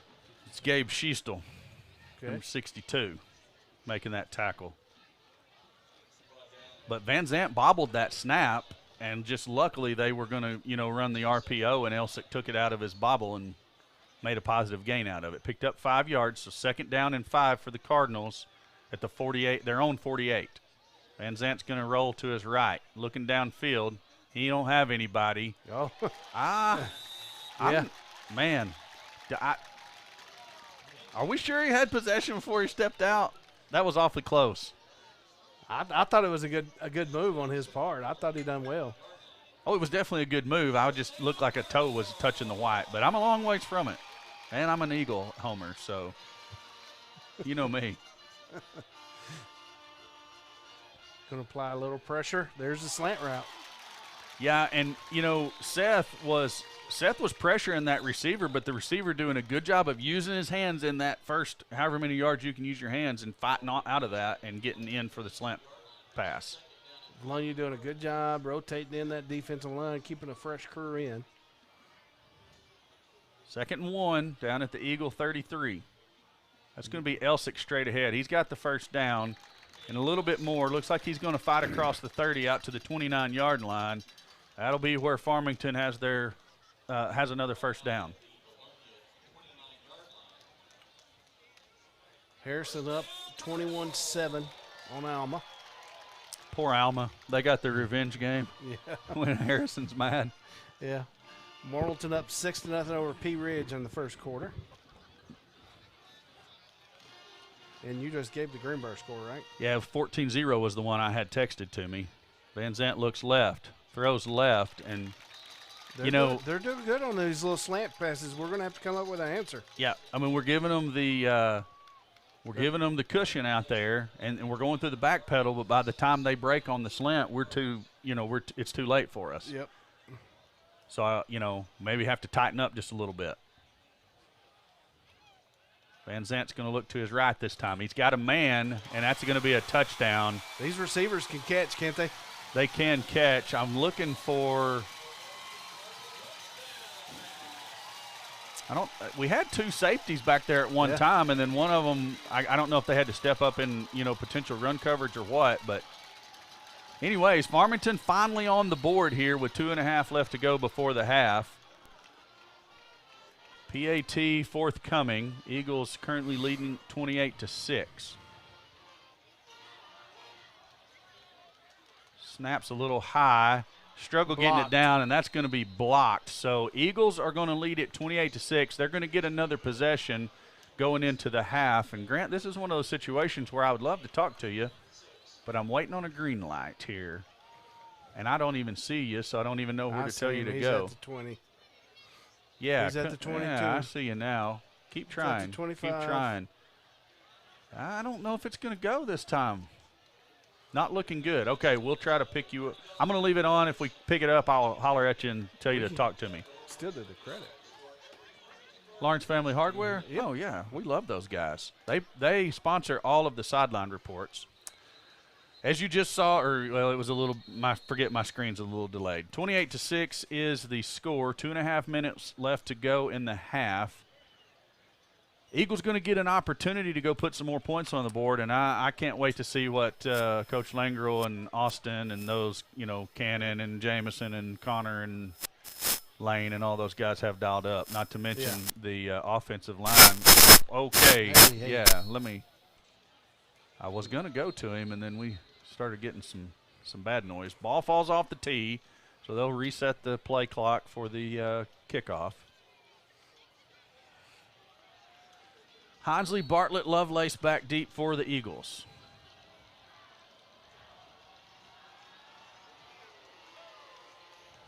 Going to bounce. Lovelace is going to field it at the 6. Oh, Lovelace has got some speed, and dadgummit. Nice run. Way to finish the run, and unfortunately it's going to come back. And that was a great return for Jaquel Lovelace. We're going to get it at the 15. Doggone it. Well, you know, hey, it was still exciting to watch Jaquel take off like that because he came out of there like he was shot out of a cannon. He was. It was a one-handed, fielded it one-handed off the bounce there. A little scary, actually. Well, I mean, Bartlett was back there with him in case it was bobbled. We still had some time because you saw, I mean, we didn't even encounter any Cardinals until around the 25-yard line. So we still had a second or two. A little bit. Yeah. Seth Kirk in the backfield with Myers.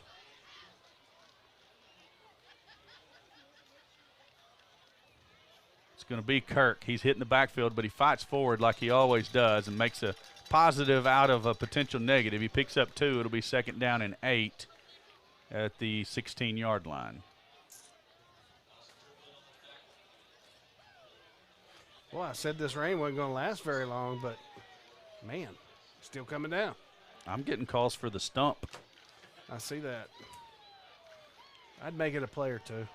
Myers rolls right. It's got all day. Drops it underneath to Seth Kirk. Seth makes the grab, and I don't know how we didn't get called for ineligible. I know it. because he's still walking back to the huddle. He was at the That's 30, how far downfield he was at the 30-yard line. Oh, my goodness. 3rd and 6 for the Eagles. I'm going to think about it for a second. It's 13 still on the play clock. They're going to run. Yeah, I was going to say it may be a timeout situation for Coach Langrel. Yeah, he's just running the clock. Indeed, it is. He chose to take the timeout, and with that being said, we got a few commercials we got to get caught up on. Are you looking for a pharmacy that does more than just hand out prescriptions in a paper bag? A pharmacist that knows you and your family members on a first-name basis? Well, Vilonia Family Pharmacy is a good neighbor pharmacy located in the heart of Vilonia, offering personal, thoughtful care to its customers. Visit or call today at 501-796-2204 to see why they are so locally loved and trusted.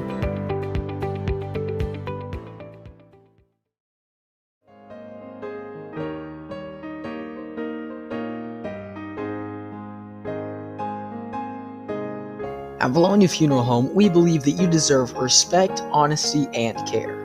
With no hidden fees, Vilonia Funeral Home exhibits the true nature of a family-owned and operated business. We want to offer you all the care and support you need as we help you celebrate the life of your loved one. Vilonia Funeral Home, honoring each life. 3rd and 6 for the Eagles. Myers looks left. Throws deep down the right side. He's got Bartlett again. Oh, and Bartlett just could not pull it in off his fingertips. That was potentially going to be another touchdown, Allen. Yeah, they connects because he certainly had the defender on his hip pocket. But it's going to bring up a punting situation with 1:04 left in the half. I like taking the shot. And we need a boom, boom. I was going to say, but we really need the big leg of Honsley here because, you know, Farmington got a little bit of confidence in that last drive. A minute might be enough. Looks like they might have jumped off sides. That one's not going to be quite as deep as we would like for it to have been, as Cardinals are going to fair catch it at the 49-yard line. They're going to give it to them at the 48. Woo. Favorable spot. 48 yards to go and 59 ticks on the clock is what the Cardinals are looking at. Eagle defense going to have to rise to the occasion.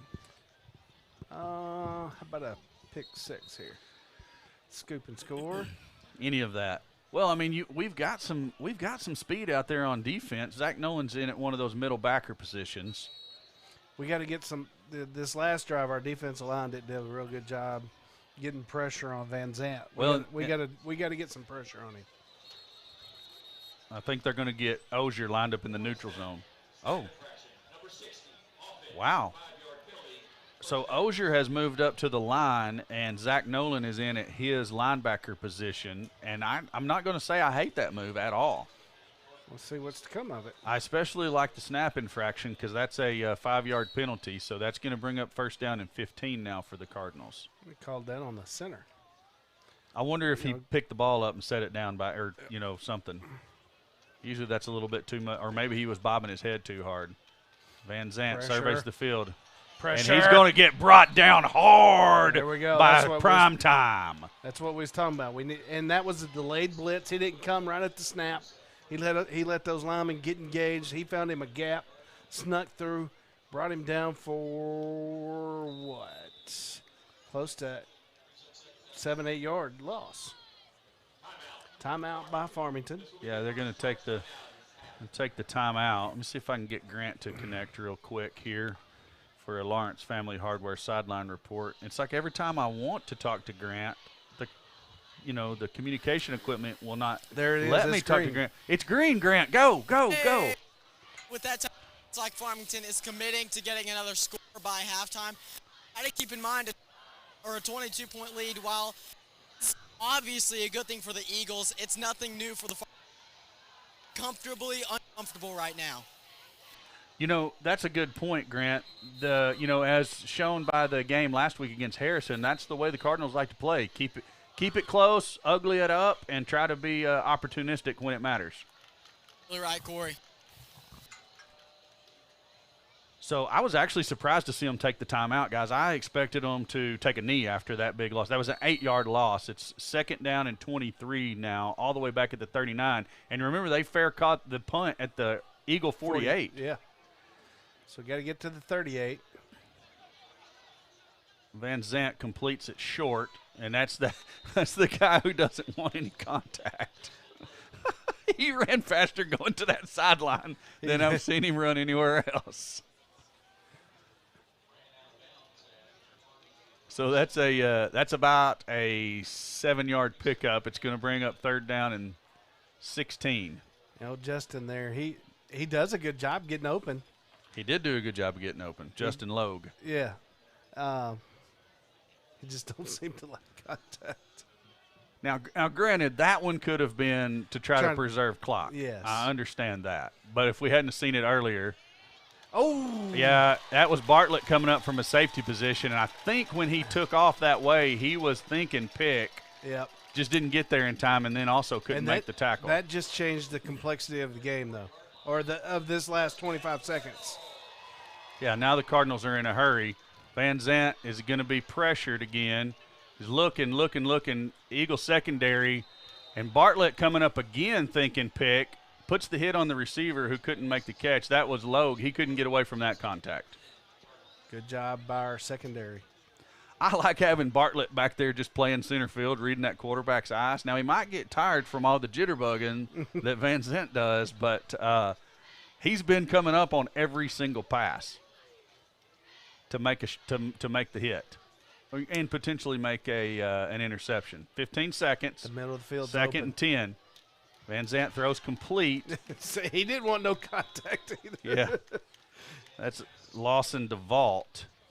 10 seconds. But I said it. We've got help on both over the boat. No, keep going. Oh, I thought he was wanting us to do something. That's the keep talking motion. Oh, okay. We didn't know that, though. Yeah. We've got help on the top side of everybody on both sides. Therefore, that middle of that field is going to be wide open, and Farmington's seen it. And they took advantage well, of it. And that's exactly what you're trying to do here when you're playing a prevent defense. Leave the middle open because we don't want them on the sidelines. We don't want to get beat over the top. And I'm trying to get you, Grant, but I'm not having any luck. You might want to bring her on up for the halftime show. Yeah, I know your hair is probably going to be a little bit wet. I know you're sad about that, but it'll be okay. Prevent defense, that's exactly what it's. Funnel everything to the middle where they can't kill the clock on the outside. They have to burn the timeout, and we can come up and make a tackle. So they have 10 seconds. It's 3rd down and 2. And they got 1 timeout left. That's what I was going to say. They're going to try to make a quick play. If not, call the timeout. A sack would be huge. There's the completion, 4 seconds, 3 seconds, out of bounds. That probably got them in field goal range. Yeah, that's a 31-yarder, 32-yarder right there. But is he thinking, yeah, he's thinking field goal. He's wanting points. Man, that's a hard decision. Here's the point I'm going to make on this. Being down 22. Well, I mean, you got to think they've got the offensive momentum here Yeah, at the end of the half. That's what they're thinking. Now, the last snap was high, and they did not get it down, and ultimately we blocked it. So, yep. I wonder why they called a timeout. Make him think about it, I guess. Ice their own kicker? Farmington called that timeout. I thought we called it. No, Farmington called the timeout. I don't know why they done that. That's what I was saying. Are we now icing our own kickers? Either that, or we got something. We're fixing to draw something up in the sand here. Yeah, I don't know. A little sandlot play. Well, I mean, did they send Van Zant back out there? Or do they still have the kicker out? No, they still got the kicker out. Yeah, Van Zant's down here on the sideline with his helmet off. Is Harvey in the game? Number 14. I do not see – he's out here on the end, the edge blocker. So, yeah, you got to watch for that. I don't know if number 2 can throw it or not, but somebody better be spying Harvey. But remember, like I said, the previous snap for a kick was not great. Let's see how this one works. And now I think the Eagles are going to take the timeout. And we're going to continue to talk. Yeah, no, we're going to actually play some commercials. No. Good. You tried, but you missed. I missed it.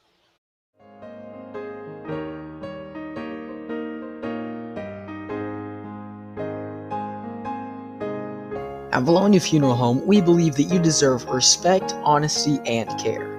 With no hidden fees, Vilonia Funeral Home exhibits the true nature of a family-owned and operated business.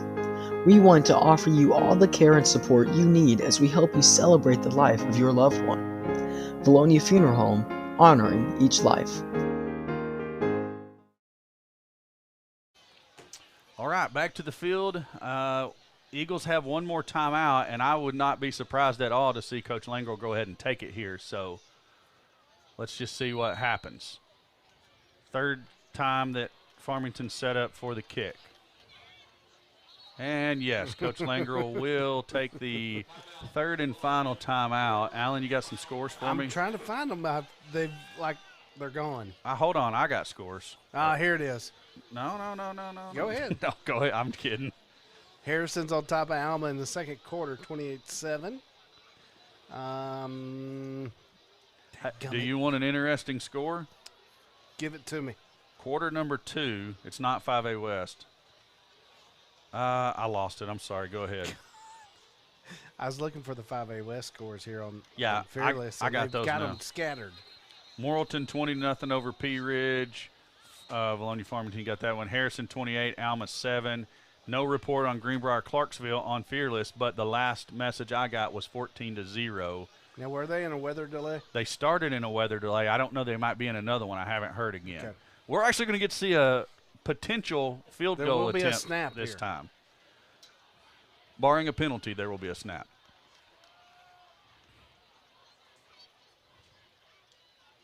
That snap is low. Holder gets it down. The kick's got the distance, and it sneaks through the right upright. So give the Cardinals 3 more. It's going to cut into the Eagle lead by just a little bit.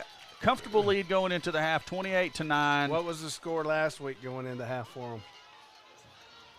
28-10? 28-10. Yeah, true. So all we got to do is not fumble 6 times in the fourth quarter.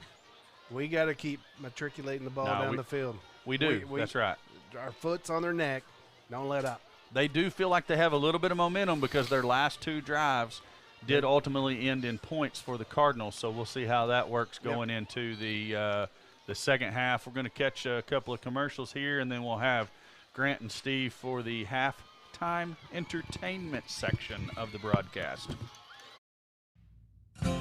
Welcome to Charlie's Corner, home to name brands such as Duckhead, Lucky Brand, Oxford, Hey Dude, and more. Charlie's Corner is your one-stop shop for all your manly apparel needs. Don't forget to check out their sock collection and Razorback apparel when you stop by. Charlie's Corner, a proud supporter of Vilonia Eagle Athletics.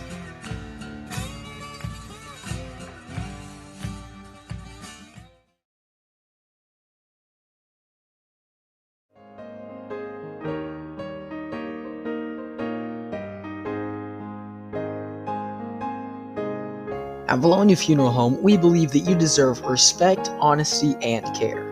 With no hidden fees, Vilonia Funeral Home exhibits the true nature of a family-owned and operated business.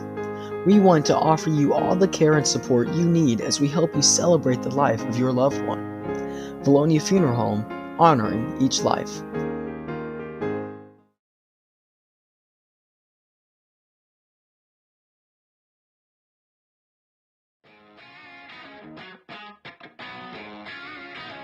DNA Construction has been a proud supporter of the Vilonia Eagles as a locally owned and operated business since 2011.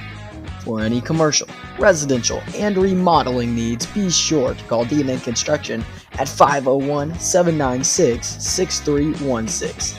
And, as always, go Eagles!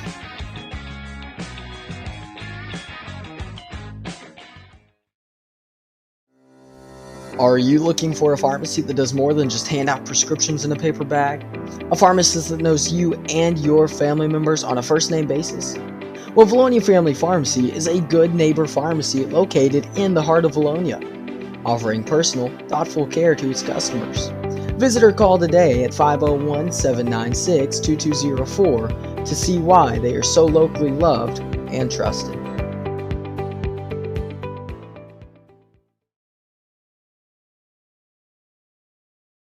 Linda Marie's, your one-stop shop for fabric, makeup, jewelry, fall decor, and more.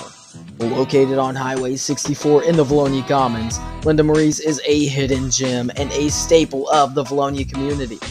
Linda Marie's is always showcasing seasonal deals and special offers, so come check them out today. Linda Marie's, a proud sponsor of Vilonia Eagle Vision and Vilonia Athletics. Hey Arkansas, we've done it again with our new two-story home. That's right, a two-story factory-built home with up to 3,400 square feet. You'll have to see it to believe it. If you can dream it, we'll build it with your family in mind. We bring you the newest innovations. That's why we're still Arkansas's #1 dealer. Come see us today. We're Hawks Homes, Little Rock, and Conway. Hawks Mobile Homes. We're home sweet home. Growing up and raising a family in Vilonia, I've seen firsthand just how hardworking Arkansans are. But it's not enough just to work hard for your money. You need your money to work hard for you. My name is Chad Roller, and at Genwell Financial Advisors, that's our job. We help your family plan for their financial future. Whatever stage of life you're in, give us a call at 501-205-7000. Genwealth is a proud sponsor of Vilonia Eagle football. Go Eagles!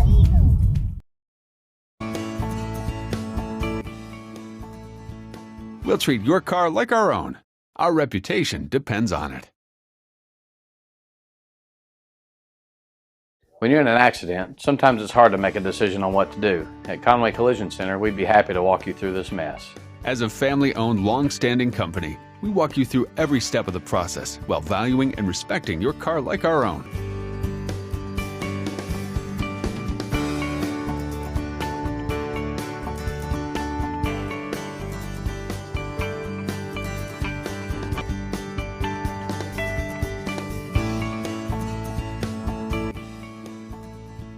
We'll treat your car like our own. Our reputation depends on it. At Vilonia First Assembly of God, one of our core values is every soul matters to God. Titus 2:11 says, "For the grace of God has appeared that offers salvation to all men." That means if you're white or black or brown, no matter your financial or social status, Jesus is for you. No matter how many times you have failed or succeeded, God's grace is for you. Every soul matters to God. Therefore, every soul matters to us. And we are back. It is halftime here in Farmington. 9-28, your Vilonia Eagles leading this one over the Cardinals, who just a week ago took down the perennial powerhouse of the 5A West, the Harrison Goblins. I'm not Stone Cold Steve Austin. He's to my right. You wish you were. I think a lot of people wish they were, Steve. To my left is Connor Hudgens, and I am Grant McNew. Hey, what do you guys think of that first half by the Vilonia Eagles? I think Vilonia looked good. They're doing what they need to do. I think the rain or the moisture out there has kind of slowed us down. I think we'd have a bigger lead right now if it wasn't for that. But our defense, again, is just playing lights out. Only allowed 9 points here in the first half. They're doing what they need to do, get back there on that quarterback, making him uncomfortable, and that's what we need to do. We need to keep it up. Absolutely right, Steve. That's exactly what I was thinking of that performance. And speaking of getting that quarterback uncomfortable, making a move, he has done a fantastic job. Number 12, Cameron Van Zant for Farmington. Really just a great athlete, was able to make some tough throws. Missed a couple, though, but we talked about that in the pregame. He's a lot like Austin Myers, not quite the same amount of accuracy that Myers shows. We did see a lot of that as well from Myers on the run, but, you've still got that athleticism that Myers has on that Van Zant from Farmington. Hey, Grant, you know who else has been playing really good Who? right now? Austin Myers. He is 19 of 24 with 280 yards passing and 4 touchdowns. And those 4 touchdowns came from only the first quarter, or was it one in the second? I can't remember. But, yeah, and his favorite target, usually Connor Erie, has not gotten the receptions that he has had in the past tonight. No, he hasn't. It has been Jamison Hinesley show tonight. Yeah, Hinesley, 8 receptions, 113 yards and a touchdown. And on top of that, you've got Bartlett to his side, who's got only 5 receptions, but he's up to 120 yards and 2 touchdowns. And that's what you think of when you think of Cannon Bartlett. It's not the running down the field making the grab, but we did see that at one point, but that's not typically his move. It's grab the ball, get the yards after the catch, and that's why he's so dangerous. And we see that the same way on the kickoff returns, where he almost broke one away to open it up for us.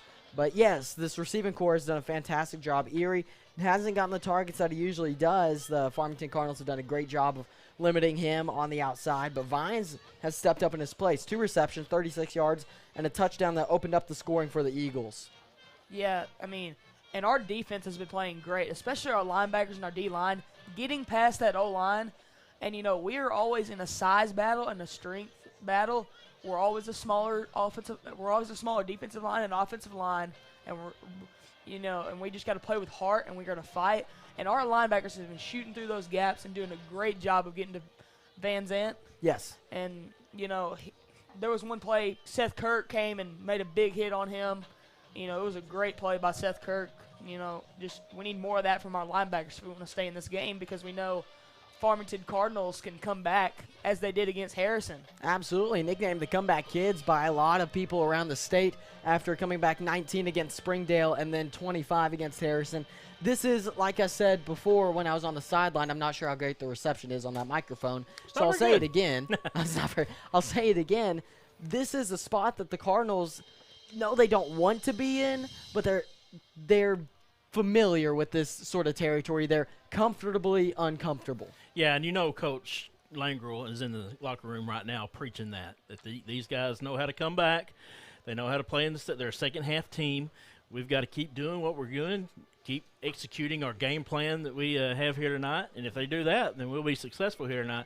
But if they let up, let's not start turning that ball over and giving them hope. Exactly. And if that starts happening, then Mo's going to move over to their side, and we don't want that to happen. Right, and that was our key to the game, Steve. It's the Farmington Cardinals, they jump on every opportunity you give them. So if you give them that momentum, they're likely not going to give it back. You can't let them get hot if you're the Eagles. Exactly. Keep momentum on our side, where it's been most of the first half. Again, Vilonia is just doing an excellent job here in the first, and doing an excellent job. But getting back to Austin Myers, having a great game again tonight. I just wish this rain hadn't started, because I'm sure that wet ball kind of messes up coming out of your hand. Receivers catching it, that ball gets slippery.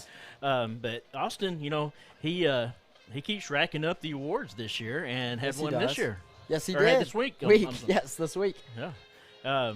the touchdown club. He was the player of the week for them. Mhm. And we have a clip for that, Grant. Would you like to see it? Steve, I would love to see it. Is everybody in here?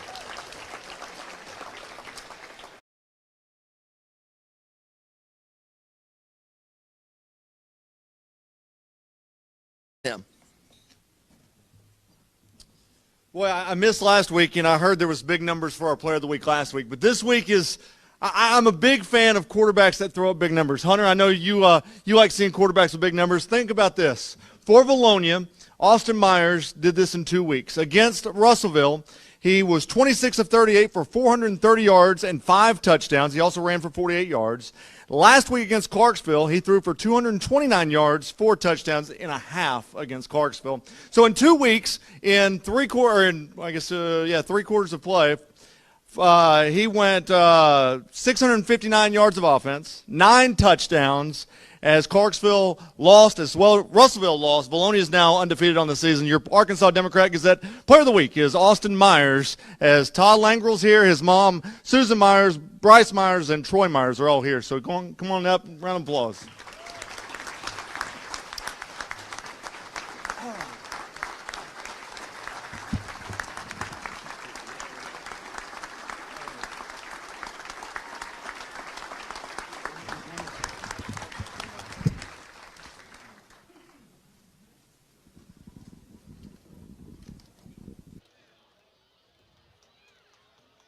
And we're back. And Steve, how about the fans that made it all the way up here to Farmington? That's Quite right. a drive, and with some traffic as well. It is. You know, there's some accidents there on I-40 coming up, had a delay, but these fans showed up, and they're out there. You know, not the greatest of weather. It's not raining too hard, but still enough to just make it not messy. nice out It's there. messy. Yeah, and you know, the stands are probably wet. So shout out to our fans that made the 2 hour and 30-minute trip up here.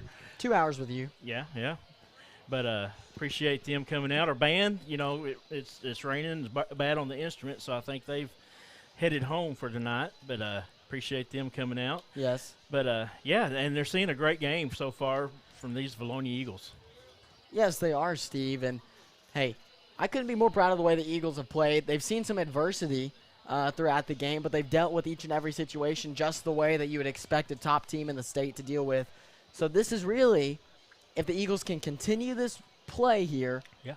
Obviously they're up, so that would mean a W if they continue this. But if they continue this sort of play throughout the rest of the season, I think we could see some great things. Yeah, you see some great things.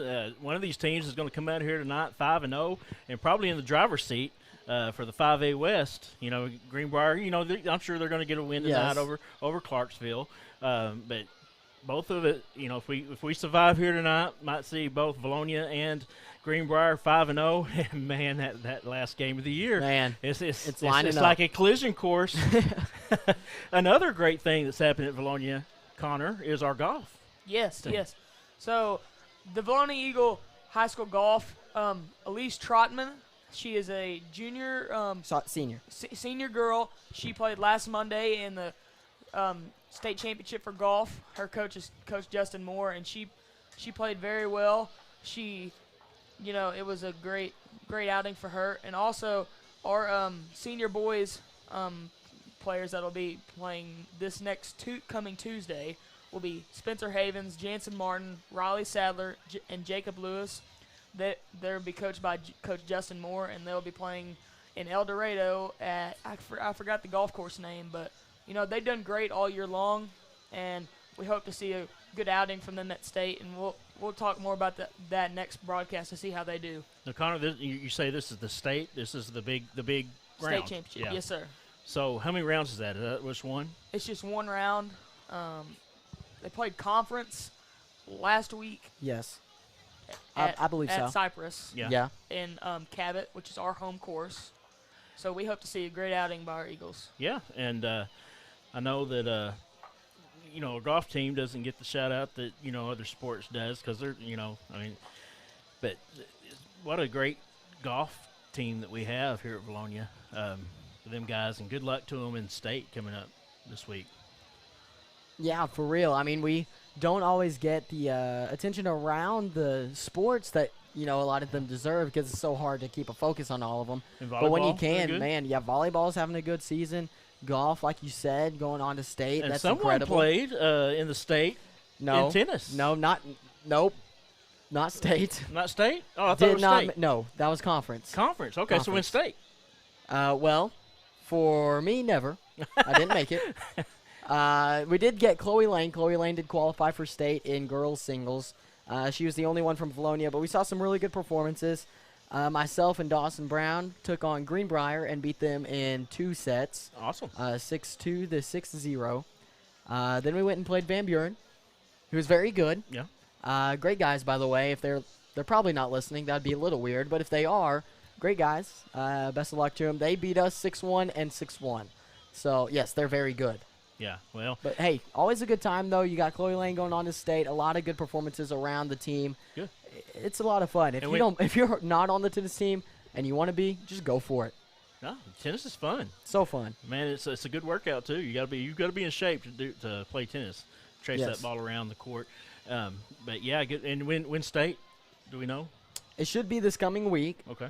I don't know the venue, but I'm sure I could find it out at some point. Well, good luck to her. Yes, in absolutely. state. So let's run some commercials before we get back to halftime.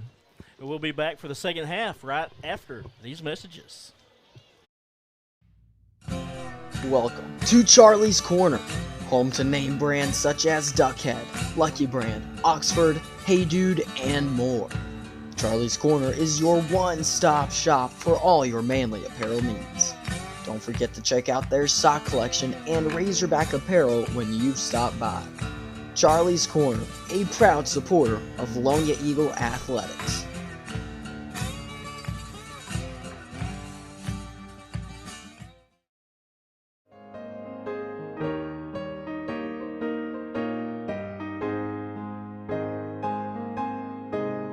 At Vilonia Funeral Home, we believe that you deserve respect, honesty, and care. With no hidden fees, Vilonia Funeral Home exhibits the true nature of a family-owned and operated business. We want to offer you all the care and support you need as we help you celebrate the life of your loved one. Vilonia Funeral Home, honoring each life.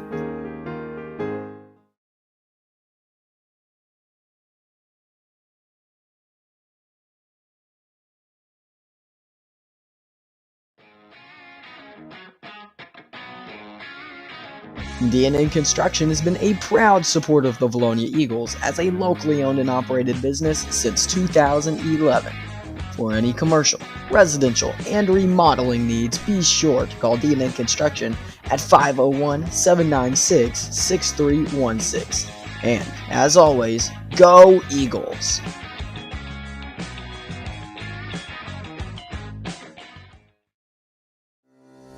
Are you looking for a pharmacy that does more than just hand out prescriptions in a paper bag? A pharmacist that knows you and your family members on a first-name basis? Well, Vilonia Family Pharmacy is a good neighbor pharmacy located in the heart of Vilonia, offering personal, thoughtful care to its customers. Visit or call today at 501-796-2204 to see why they are so locally loved and trusted.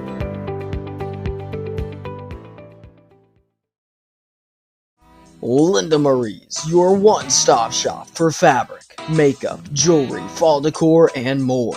Located on Highway 64 in the Vilonia Commons, Linda Marie's is a hidden gem and a staple of the Vilonia community. Linda Marie's is always showcasing seasonal deals and special offers, so come check them out today. Linda Marie's, a proud sponsor of Vilonia Eagle Vision and Vilonia Athletics.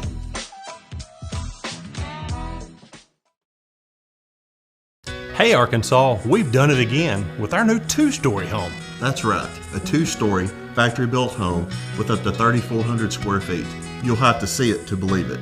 If you can dream it, we'll build it with your family in mind. We bring you the newest innovations. That's why we're still Arkansas's #1 dealer. Come see us today. We're Hawks Homes, Little Rock, and Conway. Hawks Mobile Homes. We're home sweet home. Growing up and raising a family in Vilonia, I've seen firsthand just how hardworking Arkansans are. But it's not enough just to work hard for your money.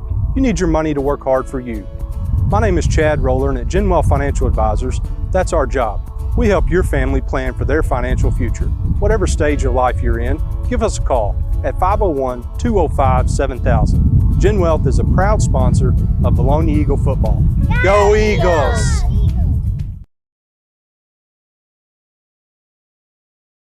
When you're in an accident, sometimes it's hard to make a decision on what to do. At Conway Collision Center, we'd be happy to walk you through this mess. As a family-owned, long-standing company, we walk you through every step of the process while valuing and respecting your car like our own.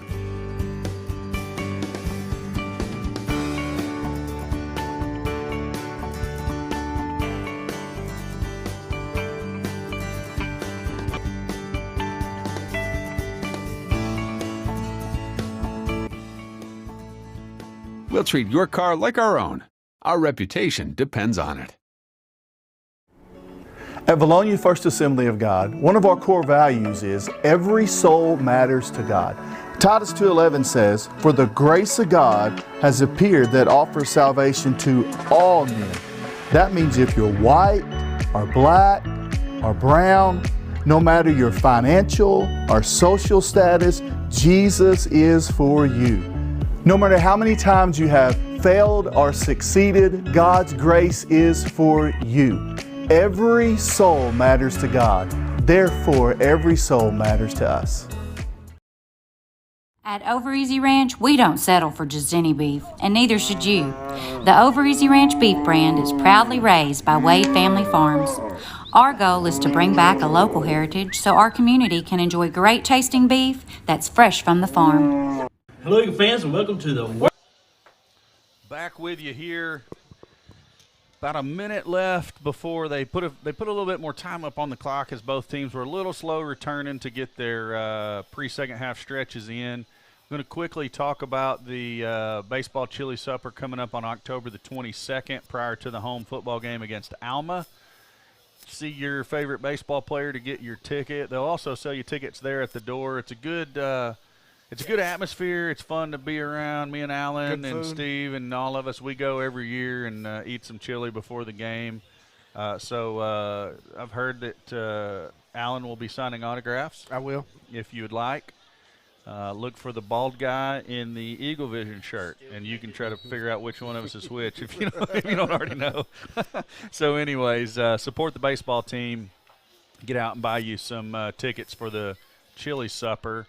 Also want to mention that we are still looking for some sponsors for not next week's home game, but the week after against Harrison, the homecoming game. We're looking for 4 T-shirt sponsors for the home T-shirt giveaway there. So if you would like to sponsor a T-shirt, it's $500. You get your business logo on the back of the T-shirt. We do 6 businesses per shirt. And I currently have some of these home shirts dating all the way back to their existence as far as I can remember. I mean, I'm pretty sure I've got them all the way back to the first year we did them. My drawer's full of them. I wear them all the time. Yeah, and I mean, I see these things around town constantly. So it's not like you just get your business on there and it's there for a week and it's gone. I mean, I'm talking about years, 6, 7. I mean, however long VEF started in 2014, and I think it was one of the things they started in. So 7 years. So yeah, I mean that's how long we've been doing this. So contact any of the VEF board members that you know how to get in hold of. VEF also has a Facebook page. That's the Vilonia Eagle Football Foundation on Facebook. Steve's a board member. Alan's a board member. Paige Sal's a board member. Aaron Benzing's a board member. Toby Bishop, Todd Bean. Who am I forgetting? Jennifer Briggs. Who did I forget, guys? Anybody? I think I got them all. So contact any of those folks if you would like to be a shirt sponsor for the upcoming home game versus Harrison, which is also homecoming. Shirts are going to be black that night. Are they? Yep. Nice. All right. If we remember right, Farmington figured a little something out on offense those last 2 drives. As much as we thought the rain would stop, it continues to come down, so we'll see what kind of factor that still plays. We did both step outside, though. And so it's not even wet like underneath the vehicles. Newman comes the opposite way this time. It's going to be fielded at 23. Logue is going to – not Logue, but I forgot his name. He tries to take it across the field. He's ultimately going to be tackled at the 30-yard line by Schulst. What's his name? Duvall. No. Good call. Yep. So, in my mind, We need to stop. Yep. If you want to wipe away last week, come out and get a good stop here. We're rested. Halftime adjustments. Let's go. Let's force a punt. Van Zant's going to throw quickly out here to that's your guy. What's his name? Oh, that's that Gummit Funk. That's Funk. Yep. He tried to bring the funk on that play. Got a yard on it as he had to retreat a little bit from where he was at to make the catch. Wasn't big as a pickup as I thought it was. Just a yard. Well, Van Zant had kind of shuffled himself deep in the backfield back there, and it was a long throw coming all the way back across the field here. So I agree. I thought it was going to be much more than a yard, but 2nd and 9 from their own 31 is what the Cardinals are looking at. Swing pass to – there we go. Yeah, stumbles in the backfield, and that right there I think is what is probably worse with the amount of rain that's fallen. I know the ball is wet and a little bit slick, not what they're used to, but, man, that turf gets slick in a hurry. He's coming off the field with what looks like a shoulder injury, maybe just a stinger. He's certainly drooping it to his side. It does not feel good, but he slipped on the turf. I didn't really see a hit. I mean, there very well could have been. No, we did hit him there after. That was Seth Kirk getting in there. Van Zant over the middle, and Logue wasn't even looking. He wasn't ready. It hit him in the back of the helmet. But he had to get rid of it when he did because we had pressure coming at his face. I was looking down at my screen. I just looked up and saw the pass hit Logue in the back of the helmet. So we get the 3 and out. And that's exactly what we needed to start with, was a nice defensive effort. So can the offense come back out and muscle up what we did early in the game?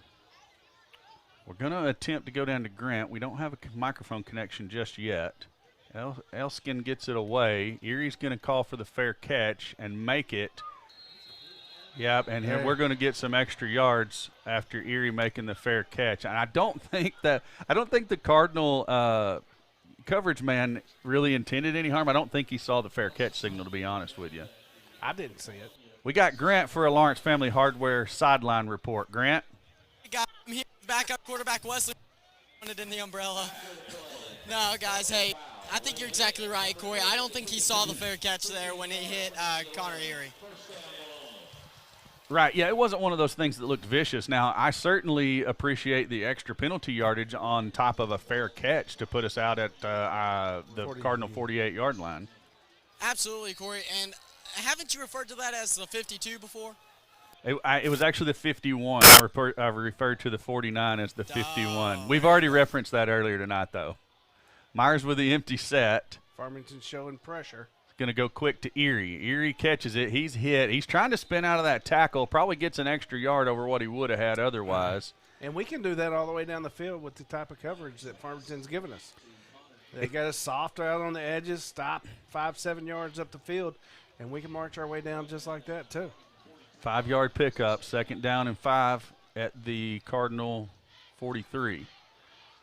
Myers to Bartlett. Bartlett makes a man miss. Bartlett makes another man miss. He's caught from behind as he's making the second guy miss. And, I mean, I don't know how you don't get a sideline warning for that right there.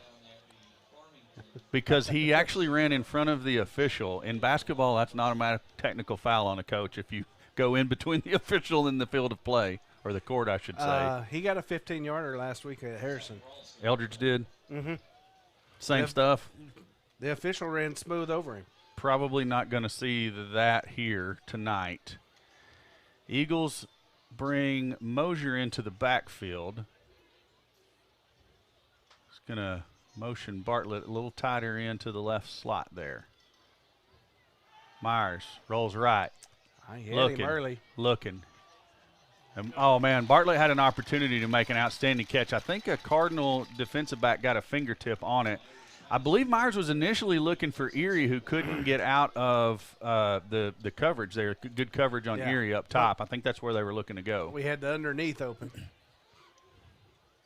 underneath route, I think, was Vines coming out in the flats. You want to know what I like best about that? Slow developing pass play, and Myers had all the time in the world. Just gently rolled to his right, didn't have to worry about the pressure. Offensive line doing work out there on that play. No, we got safety over the top here.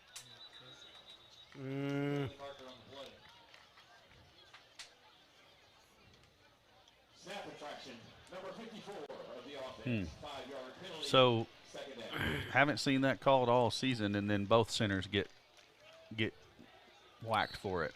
So these guys are, I mean, they're looking for their things that they're looking for, both sides. It's not an unfair thing. No. Just you don't see many snap infractions called in high school football. I'd like to know what they're doing to get that flag. Yeah, what they've got to be just moving the ball. Myers pressured, drops it off to Kirk. Kirk's got a lot of running room, and they're going to wish they hadn't put the pressure on because that's going to be touchdown, V-Town. Seth Kirk just takes the little underneath dump pass and takes it to the house for 31-yard score. Where's the flag? At the 23, where the officials are gathered.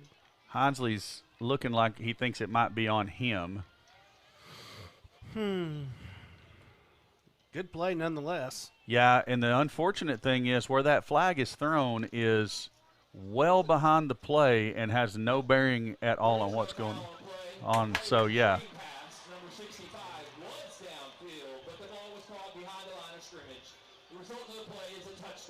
Okay, so man downfield. Eldridge is out there giving the white hat all he wants. He's all the way out at the numbers. I mean, at some point, you've got to at least give him the sideline warning. So Sal's going to snap it to Erie, who will hold it for Newman. Eagles leading 34-0. Make that 35-0 as it's right down Main Street, and we are going to take some commercial breaks here. Welcome to Charlie's Corner, home to name brands such as Duckhead, Lucky Brand, Oxford, Hey Dude, and more. Charlie's Corner is your one-stop shop for all your manly apparel needs. Don't forget to check out their sock collection and Razorback apparel when you stop by. Charlie's Corner, a proud supporter of Vilonia Eagle Athletics.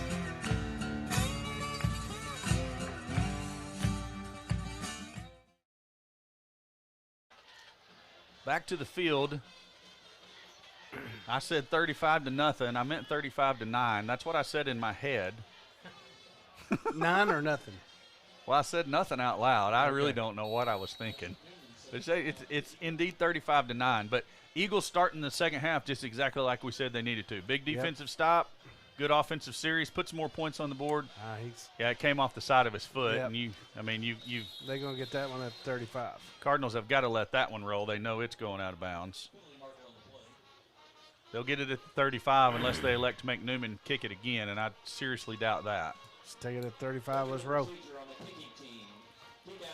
Greenberg game's at halftime. Greenberg up 21-7. Yeah, they so scored. No change they there. scored late there with about 40 seconds on the clock. Was the information I got. Halftime at Morrilton. Morrilton's up big, 33-0. On P Ridge. On P Ridge, yes. Wow. Farmington pushing their lead out, 35-14, third quarter.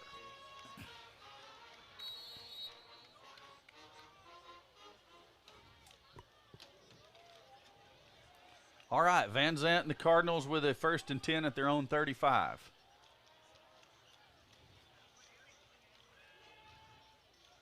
Pump fakes. Now he's going to check down to Elskin. Elskin's got tacklers there. Lovelace is the first one. He runs him out of bounds, but Elskin gets yards on that.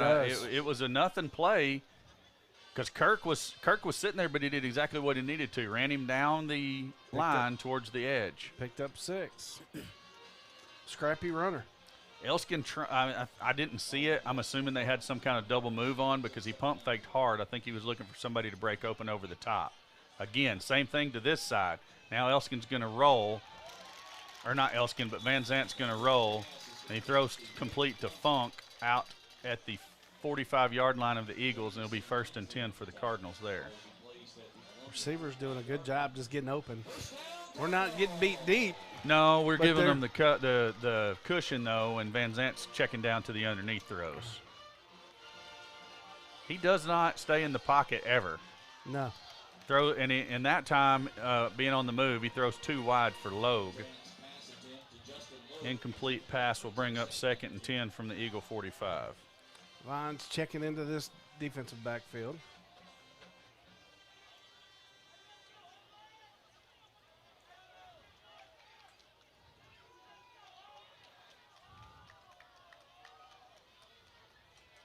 It's going to be Elskin this time. Kirk had his opportunity. Yeah, got a good stiff arm. Hey, it's a good job that there's no. We got a holding call back here at the 49. That'd be a big penalty flag for the Eagles. End up being a 14-yard loss if it is a holding.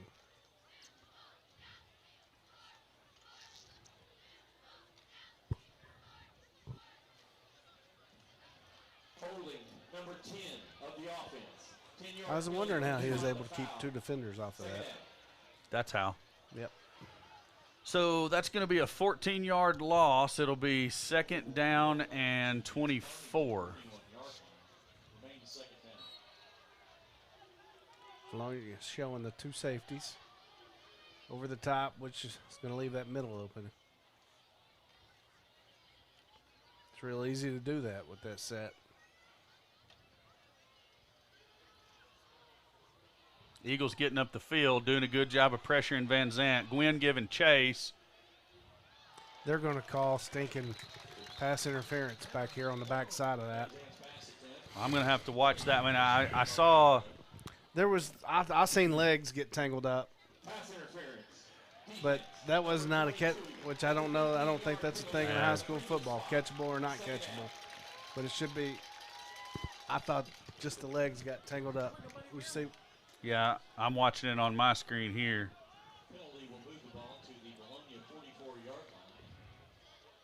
Oh, that's not great. But anyways, hey, it's just a 2nd down and 9. It's not an automatic first down or anything. No.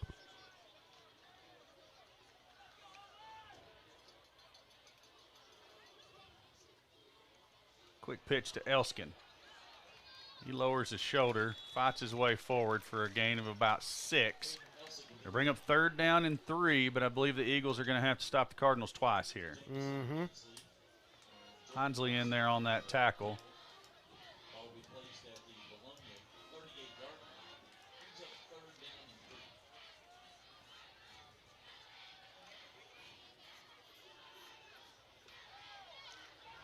Van Zant is awfully loosey-goosey with that ball, and, man.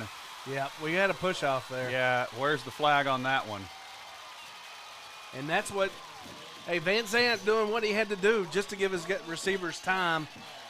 He found his, who was that? That was Funk. Funk, yeah, finding himself on the back, on the right side of Hinsley there, and Van Zant just threw it over the top. Yeah, it looks like the Cardinals are going to try to go for 2. Van Zant's going to spend time arguing with the official instead of getting ready to run the play. He's wanting the ball moved to a hash. Well, I don't know how that works in the high school game. You can put it on a hash. But once it's placed, can you ask for a play clock reset to get it? I don't know that, but I don't know how that works. Either way, we're learning together. So they're going to get a fresh 25. They're going to move it to the left hash. I'm trying to get Grant's microphone to connect for a Lawrence Family Hardware sideline report. Van Zant's going to throw the slant, and that's going to be incomplete. And the Cardinal faithful are asking for the pass interference. That was more of a pass interference than what they got previously. It was, but, I mean, given the fact that they pushed off to get the touchdown, maybe it's turnabout is fair play. And, Grant, I'm still not getting your connection here. Let me try something else.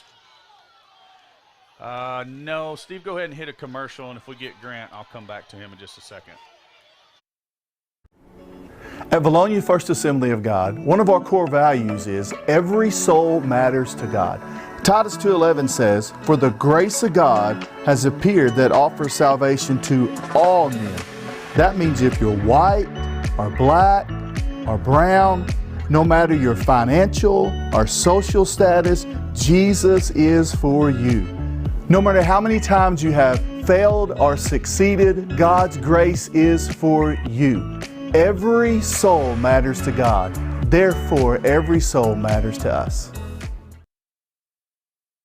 Coming back, we do have Grant. Grant, there was a lot of pushing and shoving on both of those last couple of pass plays there. What did it look like from the field level? Corey, I thought it should have been a push-off on the touchdown, but I think it was a good no call as Jameson Hinesley's gone. Hinesley out across the 40, makes the kicker miss there. But enough of the Cardinals chase him down. I thought he was going to go too, Grant, and I appreciate the hesitation by you, but one too many Cardinals got their hands on him there. It was still a great return. Eagles in great position here for this ensuing drive. And there ain't no flags, Corey. Right, Corey, but as I was saying, I actually don't know if I'm on or not. Oh, yeah, you're on, buddy. Saying I thought it should have been a flag push off for the touchdown, but I agree with the no call on the 2-point conversion. Catch him. Yeah, I think what you said was you thought the ball was uncatchable. We were debating on if that was a high school rule or not up here earlier on the pass interference call on Fawcett, which we thought was kind of a little bit touchy. So now he nearly got his hand on the ball, so I could see the flag on Fawcett. Okay, well that makes sense. Quick throw to Bartlett, and he tries to bring it in with one hand. It almost looked like he wasn't quite ready for that pass. That got on him quick. It did. It did. It would be nice to put another 7 up on the board, that's for sure. We need to.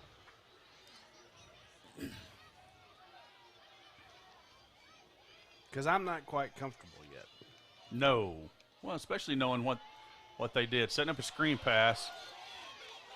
They had that blew up. Yeah, they did, and then they were coming down on Bartlett too. And it's going to be a pretty significant loss as Bartlett did make the catch. Bring up a 3rd down and long. But, again, I think this is 4-down territory for the Eagles.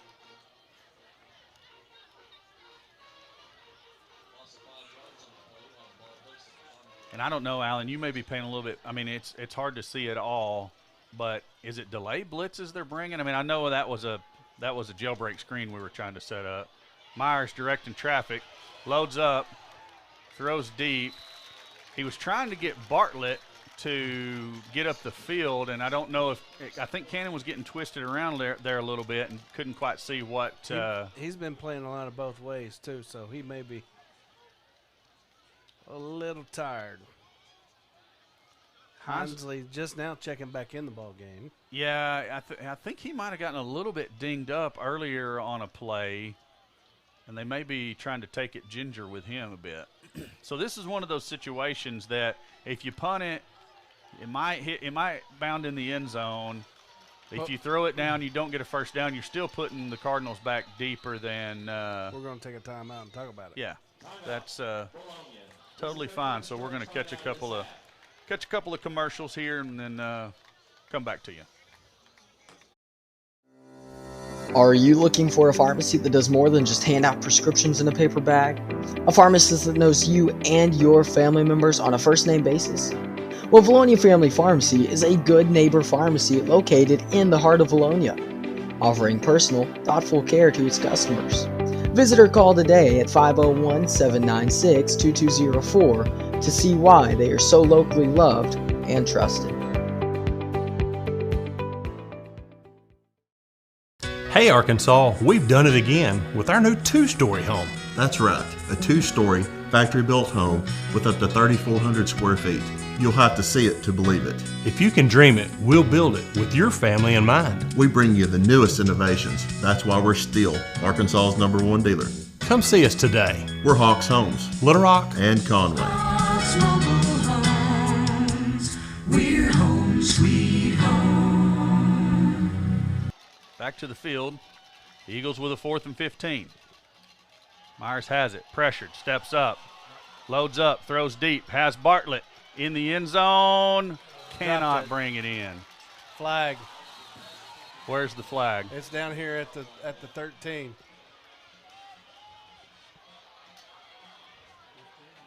It's a sideline infraction of some sort or another because the side judge is pointing to somebody that he bumped into, and I think it might have been Van Zant.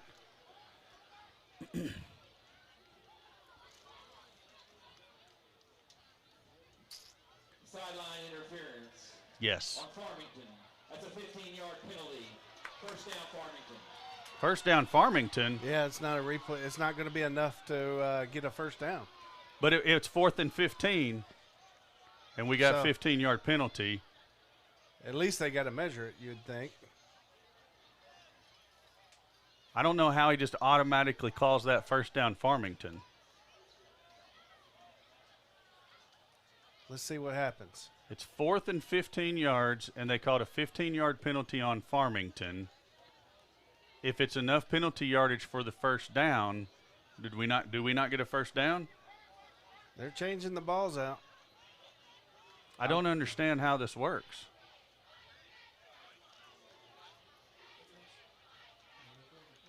Well, now they've done moved the chains. How is that?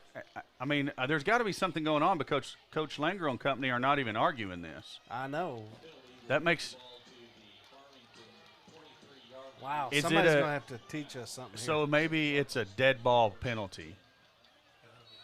You see what can't you take the result of the play and then it's the penalty yardage. So okay, so that makes sense. Wow, that made my brain hurt. They've Goodness.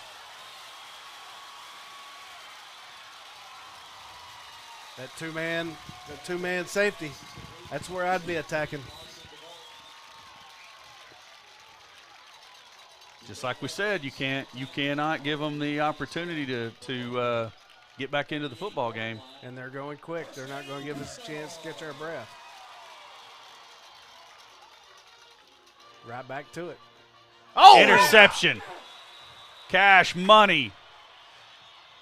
He drops back into coverage. Ethan Cash Money with a huge interception, and that's Now. exactly what we needed. Now, Yes. everybody calm down. Exactly. Let's put a drive together and go put some points on the board and stop this nonsense. As it was said, maybe factor in a little bit of the run game. The rain seems to be slowing down a bit. Look who has strolled onto the field in the running back position. Yeah. Let's eat some time off this clock and go punch it in. Looks like the Eagles are going to go with a heavy set here as Ozier checks into the game. Schulst checks into the game. Seth Kirk in the backfield.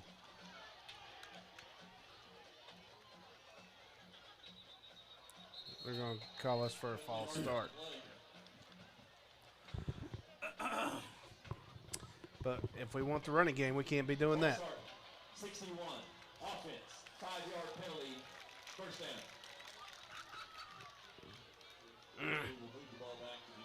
That's all I can say about that. I mean, is what it is. 1st and 15 now for the Eagles at their own 30-yard line. Going a little bit of the wrong direction there, but retained the first down. Kirk straight ahead. Not much. He was hitting the backfield. They're going to give him the line of scrimmage. They'll bring up a 2nd and 15. Looks like we're going to come back to our more regular offensive package now, potentially. I'd like to see a little play action out of that set since we got Farmington packed the men up in the box. They did stack 8 or 9 guys in the box there. Let's do a little play action out of that set. Yeah, they did, but they still had 2 safeties over the top. I just looked down on my screen and caught the tail end of the delayed replay here. Empty set for the Eagles. 2nd and 15. Myers throws to Vines, and Vines can't hang on to it.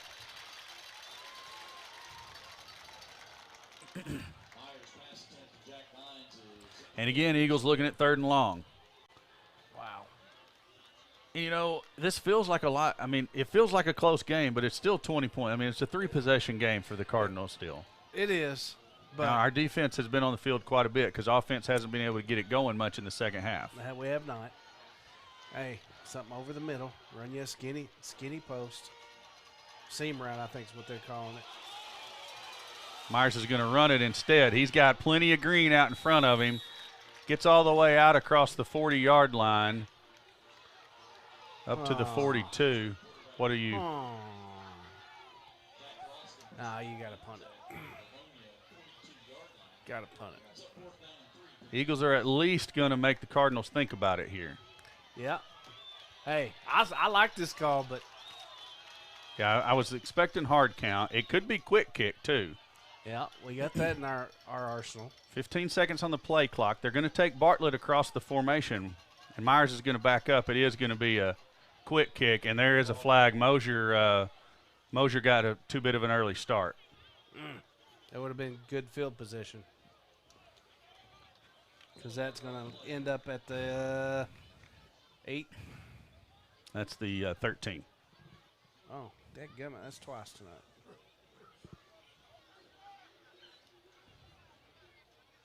Yeah, Cardinals are going to back up the Eagles, and so we'll bring on the actual full-out punt team and Hinesley to kick it away now. Not a good series.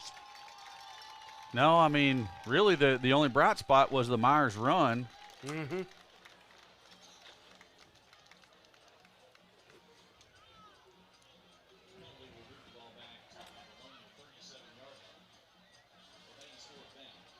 So, mark it down. Big punt return down to the 30. Remember, Hinesley is not scared to take one himself and run it. Instead, he kicks a really nice punt, takes the return guy back to the 20 where he fair catches it, and that's where Farmington will set up. And Another Steve, flag. Another flag. I don't know. There's another flag on the play. Let's see what the infraction is here.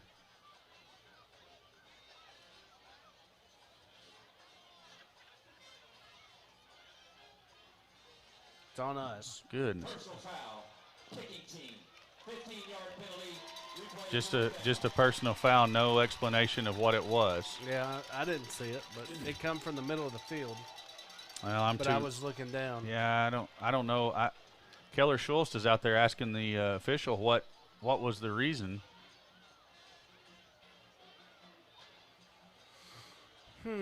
Well,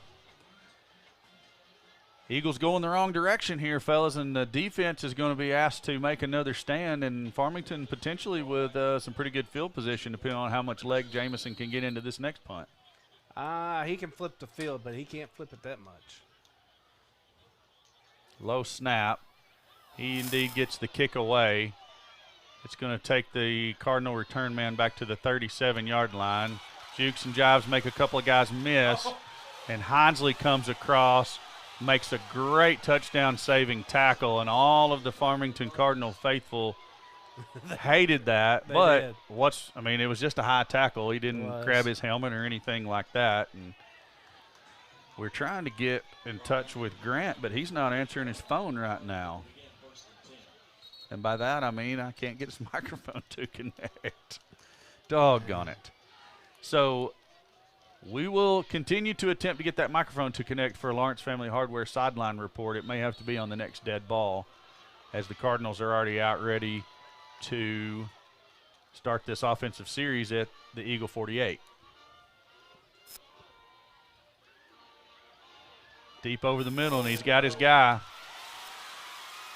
That's going to be another touchdown for the Cardinals. And, Alan, I said it was a three-possession game, but the way our offense keeps going, the other direction, and the way we keep letting them get wide open deep over the middle of the field, it's now a two-possession game. What we were scared of. This is what we were scared of. I don't know that we were scared of anything, but this is what we were concerned. Yes, this is what I was worried with.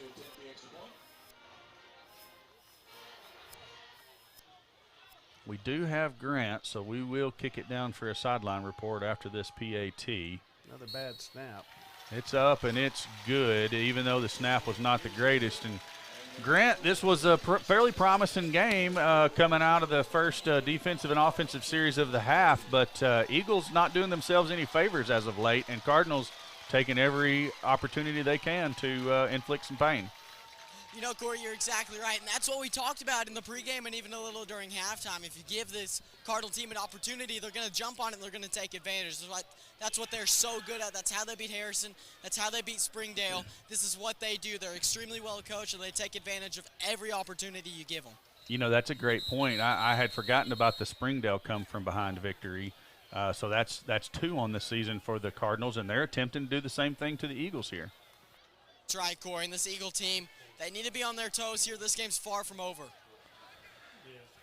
Yes, you're absolutely right. It is still a 2-possession game, and the Eagles, I mean, if we can get something going offensively, I think we're going to be okay. We just gotta put points on the board and give our defense a bit of a break. Myers, we trust. Very, very much so.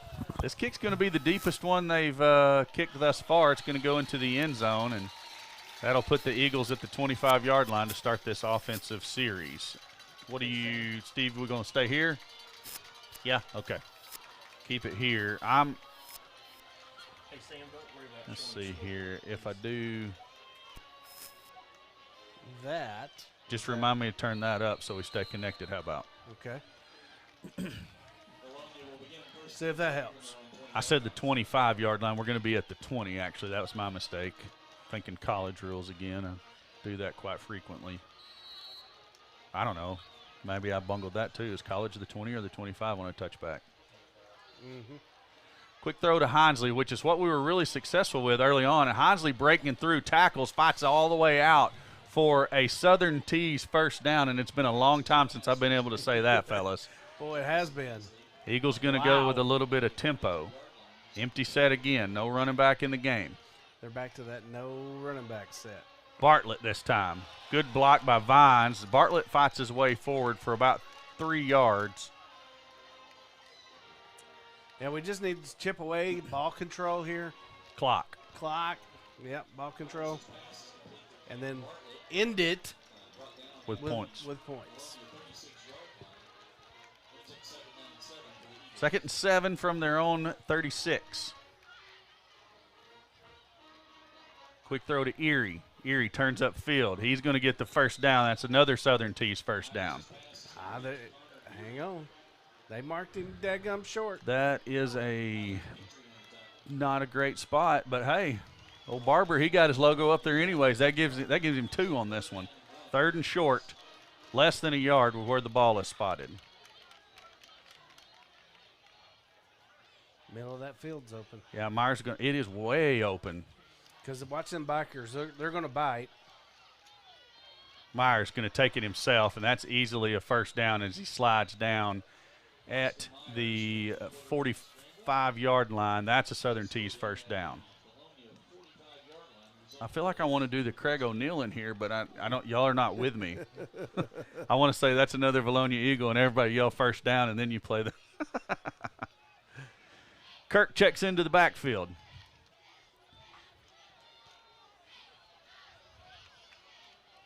No need to be in a hurry. No need to panic. Just go put some points on the board.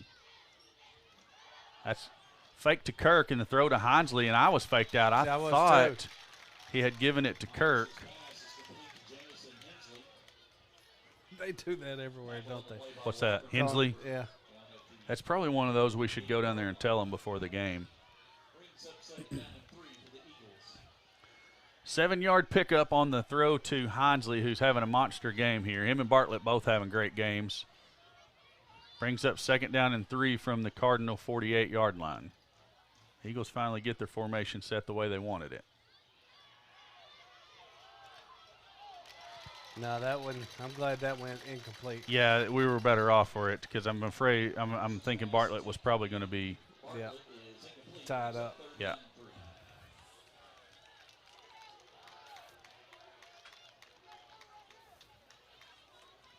Oh, right there it was. 3rd and 3.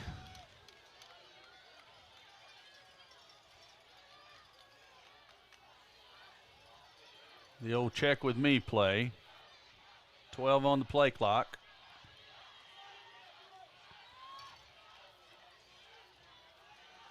Myers throws complete to Bartlett. Bartlett makes the first man miss, making more guys miss, making more guys miss. He's going to go. He's at the 20, 10, 5, Touchdown, V-Town, and there ain't no flags this time, Allen. Wow, that might be the run of the year to this point. It certainly puts the pressure back on Farmington, It there's sure no does. doubt. But he made 4 guys miss him in the middle of the field who had clear shots on him. Yeah. Oh, and the PAT team all went out on the field, and then Coach Langer's like, no, we're going for 2 guys. Going for 2. Eagles up by 19, so trying to get that 21-point advantage. Okay. Mosier is in the pistol with Myers. Out route right here on Erie. He didn't have anybody covering him until just now. Erie goes up to the Yeah, inside. him and Bartlett are both wide open. It didn't matter. That was going to be the easiest 2-point conversion ever. 400 yards passing for Myers. And what are we doing, Steve? We are going to go to commercial. Great series there for the Eagle offense, capped off by the Bartlett score and 2-point conversion. Pay them bills, Steve-O.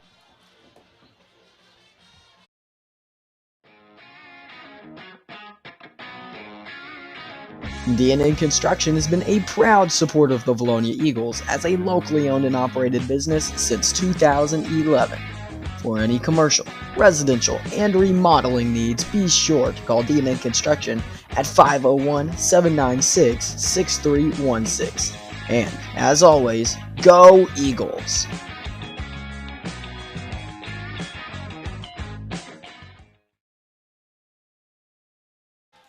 Back to the field. Myers 420 yards and 6 touchdown passes tonight, Allen. Are we playing? Yeah, that's what I was going to say. Are we playing PlayStation, Xbox? What are I we don't doing? know. Still nervous. Hey, actually, it looks like we had a couple of Eagles a little bit dinged up there. Well, no, I think Hinsley was just over there checking on Bartlett. And I don't even know what – I was assuming Bartlett was cramping. I don't know what's going on down there. Newman kicks it. It's going to be fielded at the 21-yard line. And that guy's slippery, Allen. He is. Mosier on the tackle. McCool on the tackle. And somebody else who just needs to hustle on back over to the sideline there.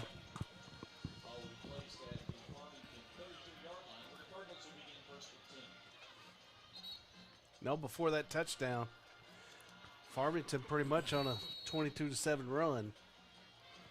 Why you got to bring up old stuff? Well, we needed that. That's how big that touchdown was. It was. The Eagles lead it by a score of 43-22, so it's a 3-possession game again, but it's not over. I mean, it's one of those things that you have got to continue to play 4 quarters. Van Zant loads up and throws deep, and that's going to be nowhere near Logue. I was actually hoping we were going to have a chance to get our hands on it, but great coverage in the secondary by the Eagles that time. And I'm going to tell you, Van Zant we've only had 1 sack on him tonight. And that was early in the game. He's a jitterbug, man. He is. He does well. Again, he moves well in that pocket. And I think Coach is calling a lot of design rollouts for him, and he performs well. One thing I will say about him, and it's a young quarterback, and I'm watching it on the replay again, I've noticed it several times. He is loosey-goosey with that football. You know, if he gets somebody who can actually put the pressure on him, somebody's going to swat that thing down. He finds his man Funk again just by keeping the play alive. Yeah. That's the only thing I'll say is that ball is out there, just out there sometimes. And you get somebody close by, they can swat it out of his hand pretty easily. First down for the Cardinals right at the midfield stripe. Blitz by the Eagles. Ozier has him and shoves him out of bounds. I like the call there. That will be about a 9-yard loss. Yep. All the way back to the Cardinal 41. And Funk was breaking open again in the middle. That's what I was looking at. I didn't see the step out. Funk was breaking open over the middle. Yeah, Van Zant just had too much pressure on him from Ozier there, who has actually slid down to that defensive tackle or defensive end position. Zach Nolan in at one of the middle linebacker spots. Wheel route right here. He's gone. Oh, good job by Jack Vines to put his helmet on the football, and that's what you like to see right there. Come up and make a play. He was sure he was going to make sure that he had a wrap up for the tackle. Puts his helmet on the football. Did we have the wheel route covered? I don't know. I wasn't. I mean, we can watch it here, except I'm afraid they're going to start another play. Go ahead. Lug comes in motion and goes on a wheel route. I was wondering if we had that covered up. Empty set for Van Zant this time. Oh, almost sacked there. Loads up, throws it deep. Good job by the Eagles secondary. That's incomplete, and it's going to bring up 4th down and long all the way back at the 41-yard line of the Cardinals, and they're going to bring on the punt unit. 2 minutes left here in the third. I didn't see the clock. Yes, the third quarter, Steve making a great point. This quarter has taken forever and a day. Forever and a day. So Elsick back to punt. Low. Here he's going to take that one. Makes a man miss, and here he's got some running room. He's going to he had one more man to beat. He was down before the fumble. He makes it all the way out to the 48-yard line, and that's where the Eagles are going to set up for the next offensive series, and we're going to catch up on a couple of commercials here. Growing up and raising a family in Vilonia, I've seen firsthand just how hardworking Arkansans are. But it's not enough just to work hard for your money. You need your money to work hard for you. My name is Chad Roller, and at Genwell Financial Advisors, that's our job. We help your family plan for their financial future. Whatever stage of life you're in, give us a call at 501-205-7000. Genwealth is a proud sponsor of Vilonia Eagle football. Go Eagles! Here we go.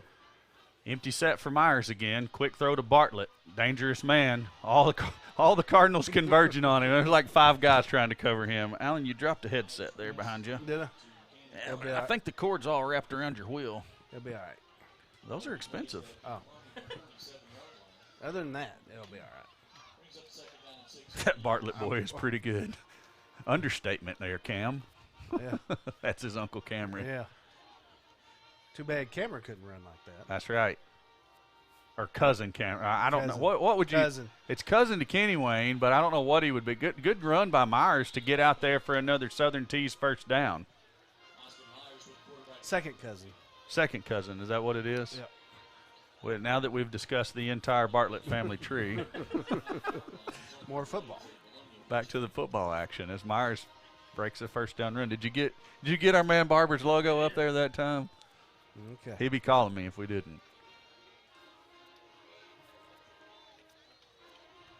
Eagles content to let a little bit of time run off here with that first down. I would too. Yeah, I got no problem at all with that. Play clock down to 7 now. Nice catch by Hinesley. I don't even know how he reached back far enough to get a hold of that one. My goodness. That's a 6-yard pickup. Will bring up 2nd down and 4 at – I'm sorry, a 5-yard pickup. 2nd down and 5 at the Cardinal 34. And we will have to snap it here before the 4th. What would be cool is if we just lull them to sleep here and throw a bomb for a touchdown. And then Horton can get on here and say, turn down for what again? Quick throw to Bartlett.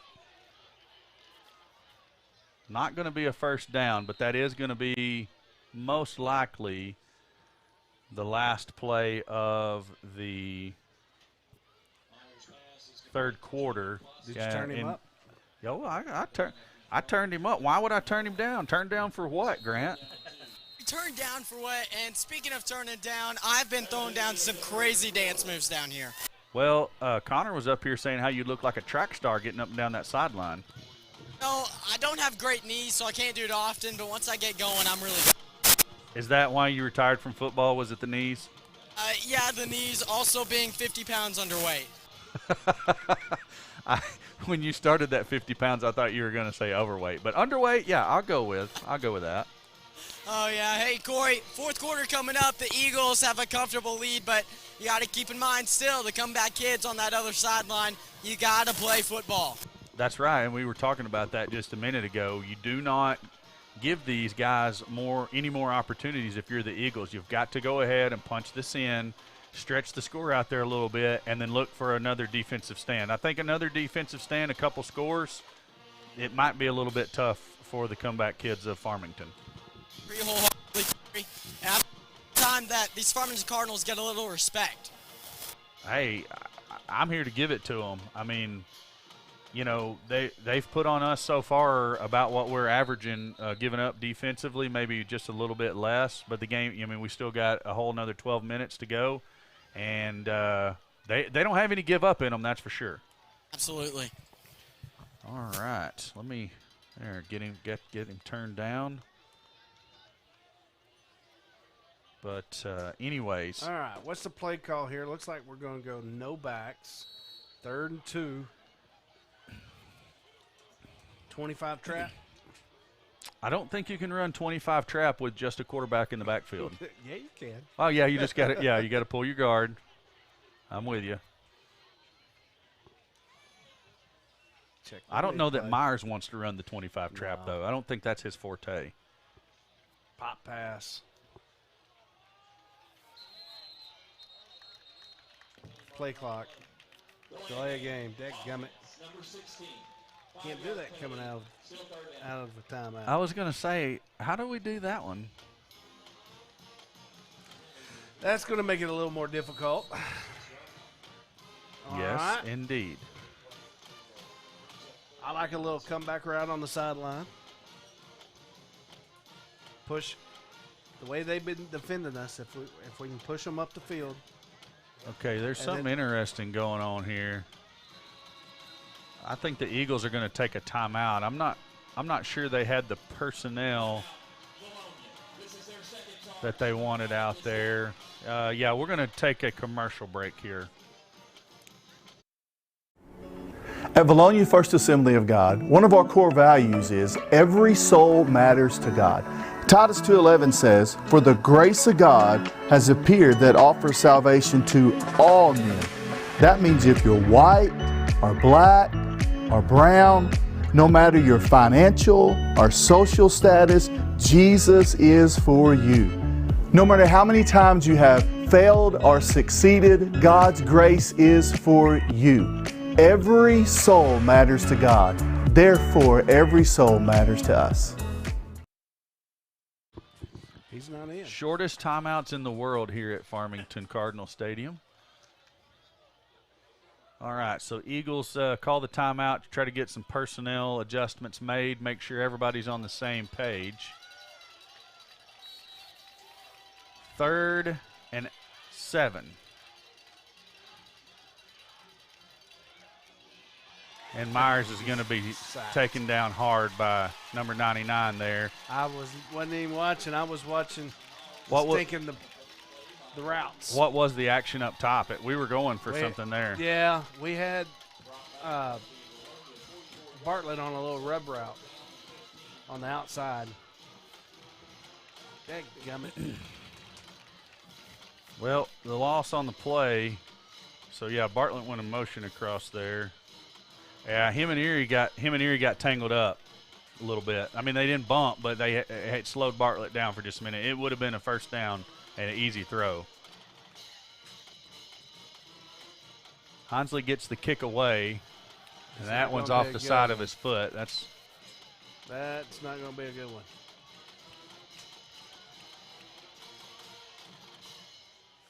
Oh, my.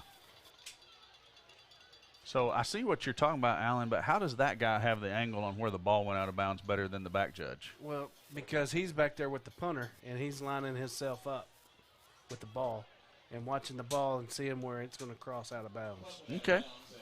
Okay.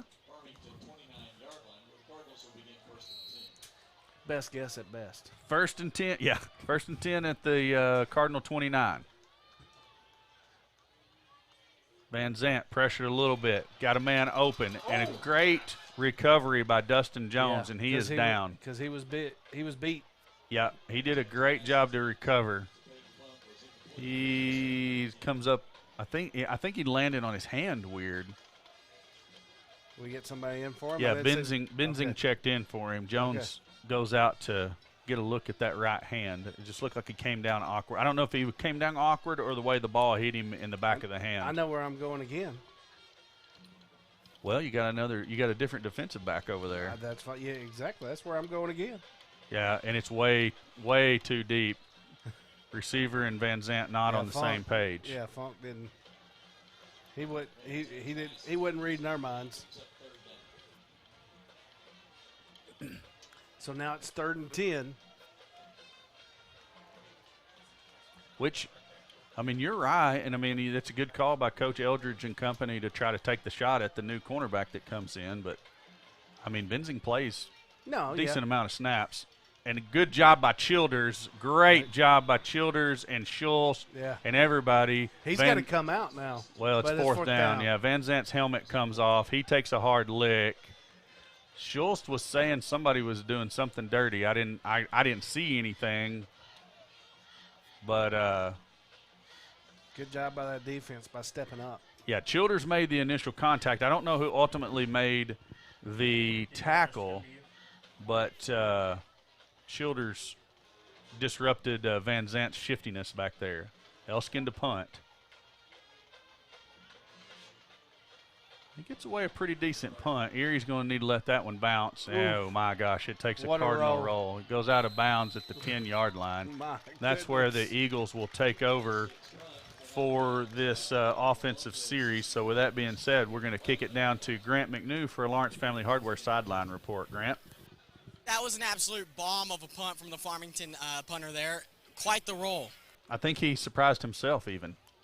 Yeah, he doesn't have the greatest average punt yardage. Trying to figure out how to word that. Not bad, of course, but not quite up there with Jamison Hinesley. Yeah. Wow. Okay. So yeah, we got a tremendous amount of feedback, and we had to cut your microphone there. That was brutal. Wow. I don't know what happened there. Eagles ready to go. Myers rolls to his left. He's got Hinesley on the out route. Easy pitch and catch there, and Hinesley easily has another Southern Tees first down. I don't know where that. Little Hines out route. I wonder what was wrong with him last series, because he wasn't on the field. Not that it would have mattered. We had too much pressure. Yeah. Oh yeah, it wouldn't have made any difference in the. I mean, we had the right play called. We just had a little two receivers kind of bumping each other and slowing it down. And timing is everything, especially when you're going empty backfield. Primetime in to see if he can do what Primetime does. He takes it right up the middle. I think they're going to give him the original line of scrimmage, and that'll be a 2nd down and 10. Right there at the 24. And the main thing with that run is keep the clock moving. Yep. Clock is now our friend. Very much so. 21-point lead. We just got to be able to run the ball effective enough to move the chains. And there's the screenplay set up for Hinesley. He has it. Breaking tackles. It's fixing to be dangerous time. Don't nobody do anything bad. Good job. No flags on the play. Actually, there is a late flag, but it's way down here. It's not going to hurt us that bad, even if it is against us. Man, these guys are happy about getting those flags out of the belts. They're there. Might as well use them. Yeah, you can't take them with you. Actually, you can take them with you, but pretty much no matter what it is, it's going to be a Southern Tees first down, so we can go ahead and roll that beautiful bean footage. Oh, they are getting that over the.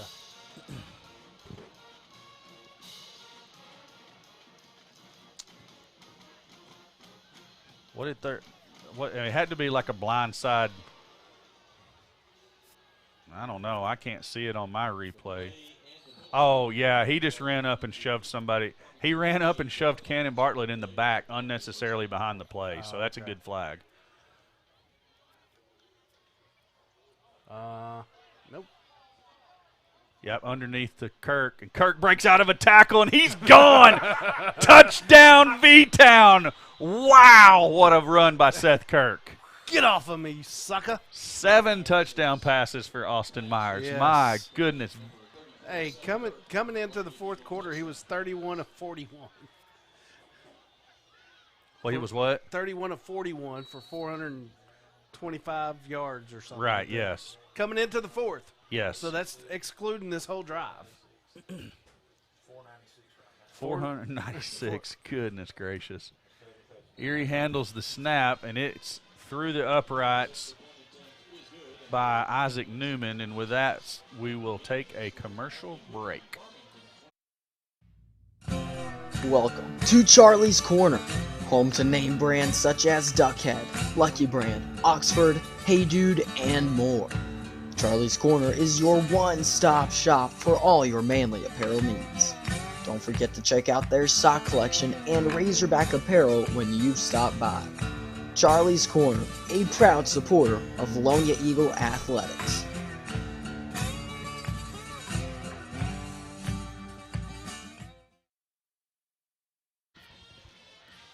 Isaac Newman going to kick it away for the Eagles. 496 yards for Myers and 7 touchdown passes, and I don't even know how many different Eagles have caught touchdowns. No, I don't either. Bartlett 3. Kurt 2. Wasn't one of his called back though? Nah, I don't know. We got a bunch of points on the board. I know that. Yeah. 50 is a lot of points. Yeah. Newman kicks it over there to, I don't know why I can't ever remember his name, DeVault. He takes a couple of licks, but does, get a pretty decent gain out to the 37-yard line. That's where they will set up for their ensuing offensive possession. And, Alan, I'm not saying it's completely over, but 28-point advantage with 9 minutes on the clock is – that's a lot to overcome. That is a lot to overcome, especially since the Eagle offense has kind of found their groove again. Yeah. The rain kind of stopped here. You would like to think that the rain didn't affect them that bad, but maybe it did. Nonetheless, and Farmington going to come out with a run. That's Elsick. 4 yards. Did I call him Elskin a minute ago? Maybe. I didn't mean to. I'm sorry. Elsick. Elsick.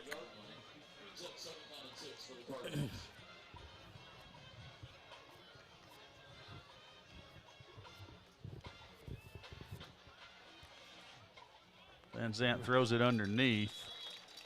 He is. He's very impressive for a sophomore quarterback, the way he moves, the way he throws. He's done very well. I'd like to see his stats. He's got a lot of yards. Yeah.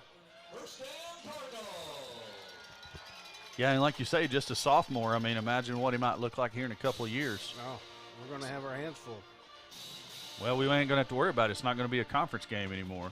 There we go, and that's exactly what I was talking about. Ball's on the ground. I don't know if we came up with it, but exactly what I'm saying. He's loosey-goosey with that football. And that was come from the dangerous side. That come from the back side.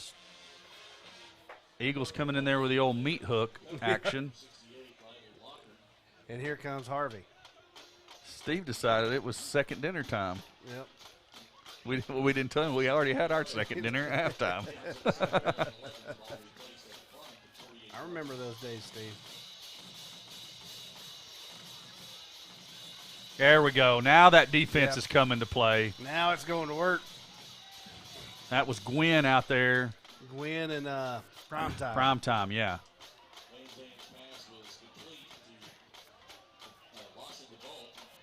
Gwynn's going to check out, get him a little breather. That's a dude who goes hard every single play that he's in the game. There's no doubt about it.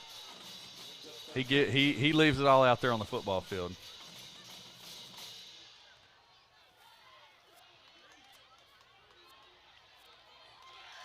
Yeah, I knew the flag was coming on that one. But they're going to take they're going to take it. Yeah, I think I would take the result of the play myself.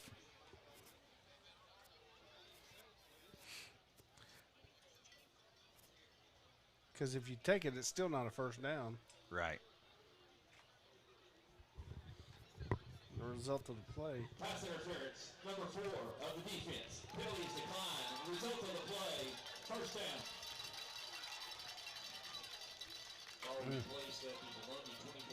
Wasn't somebody hollering about cowbells last week? They was wanting Amanda McCool to break out her cowbell for us. Well, I've heard plenty of them tonight. Yeah, they're going to keep going right back. I mean, I tell you what, that was a good catch. That was a great catch. I think he got his foot in, and they're going to say it was in. He brought the funk again. They've got some players up here.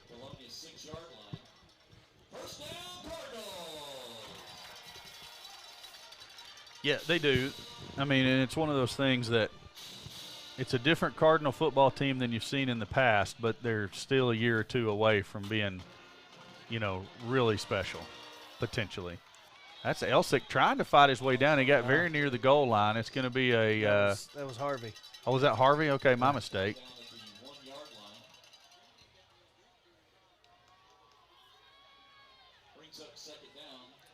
Greenbrier and Clarksville are done. It's 34-13 win for the Panthers.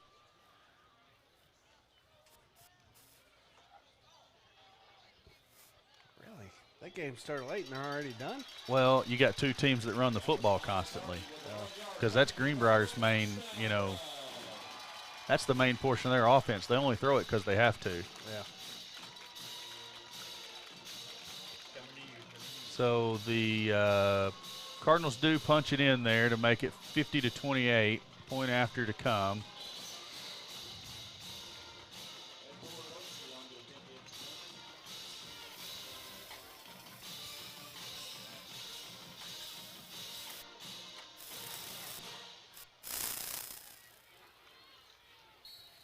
That PAT is no good. A little bit of a weird snap and off the side of the kicker's foot. And with that, we're going to take it down to Grant McNew for a Lawrence Family Hardware sideline report. Grant? Corey, I don't know if you could tell from there, but there was a sound after the kick. I think that one may have been blocked by one of the Eagle defenders.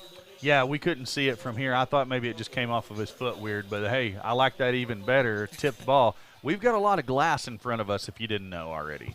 Yes, you do. Look, from this side, the press box looks really cool, and it's just absolutely beautiful. But from inside, the windows just don't open, and Sam's waving high. Look at Sam. Look at Sam Jansky behind the camera. He's dancing. I see him. Well, he's waving at those cheerleaders that are behind you jumping up and down that you didn't know about. You didn't know you had friends, did you? Corey, I've got friends everywhere. I'm a popular guy. So true. Hey, this is a super nice press box. I mean, comfortable, plenty of room. We've got guys stacked in here like sardines in a can. That's unfortunate considering Steve and Allen are together, and I know how they get after eating. And they ate a lot of catfish. You're right. It's a tough position I found myself in tonight. You know, Corey, sometimes gas leaks happen. That's just natural. Indeed, indeed. So it looks like the Cardinals may be setting up here for an onside kick, and the Eagles as well setting up to defend said onside kick. Some other scores. Harrison on top of Alma. Oh, wow. Right at him. It was straight into his gut. Yeah. I'm surprised. It might have stuck in his belly button. Fawcett on the recovery there. Sorry, I wouldn't have let in with that if I would have realized it was going that quick. Harrison on top of Alma by 21, 42-21. Some other 5A scores. I'm looking for the Morrilton game. That was well out of hand earlier.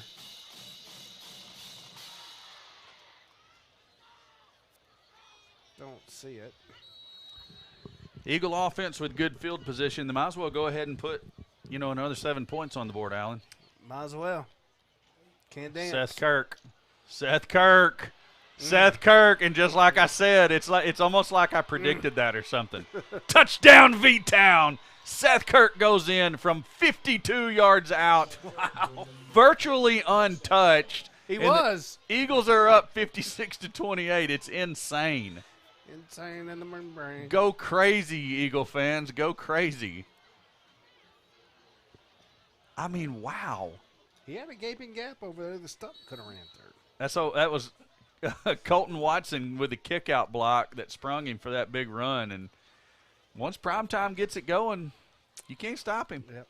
Sal to Erie to Newman, it's all good. And we will go to a commercial. Oh, we're not going to go to a commercial break. I think maybe we're going to actually go down to Grant and a Teletubby. Is that a Teletubby? He does look like a Teletubby. Corey, this is actually student section leader Carter Valance, spirit coordinator. Carter, what do you have to say to the people? Let's go Eagles! Well, if there was any doubt if your microphone was working, it 100% worked that moment. Okay. Yeah. So maybe that's actually Eeyore. Is that Eeyore? Eeyore. This is actually from Lilo and Stitch. Okay, it's a long ways across there, and I'm not wearing my glasses. I'm sorry. People at home are probably laughing at me right now, but that's nothing new. You know, Corey, we laugh at you a lot too. Yeah, well, hey, it's just something I'm used to nowadays.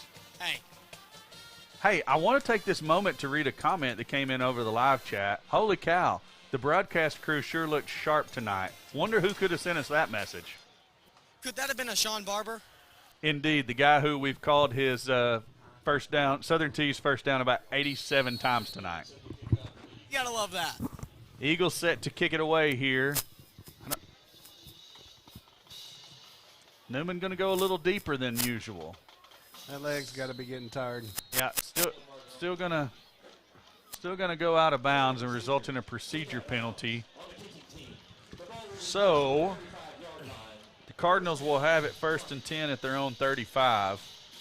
Staring at a I don't know. I can't count anymore. What is that? It's 29. Do we have 57? Yeah. 29-point deficit. As what's that? Yeah. Goodness gracious. 2 receivers over 200 yards tonight. It's been Heisley and Bartlett. It's been one of those nights. Several people in the comments saying the best Eagle football team they've ever seen take the football field, and can't argue that. I've seen a bunch of them, including the one that played for a state championship, and I don't know that any of those teams could hang with this one at this juncture. That was a different style of ball. No. That was a different style of ball all the way around back in the state champion or state runner-up day. They played in the championship game. Yeah. That was one of those crazy deals where 2 teams from the same conference. Well, that's not that crazy because, I mean, you got PA and Little Rock Christian that have done it several times. But back in those days, it wasn't quite as common, it doesn't seem like. Met him in the backfield. Who is that? A Schulst. Yeah. Everything that was going good for the Cardinals is now deflated. Yeah. Even their body, you can see it. You can see their body language even. They're going to be a force. Fans got quiet. Everything. Oh, good job to save the first down by Jamison Hinsley there on Logue's catch. It'll bring up a 4th down and 2, and you know that the Cardinals are going to go for it. Still 5 minutes and 45 seconds left to play, so I mean they're playing for dignity now and respect.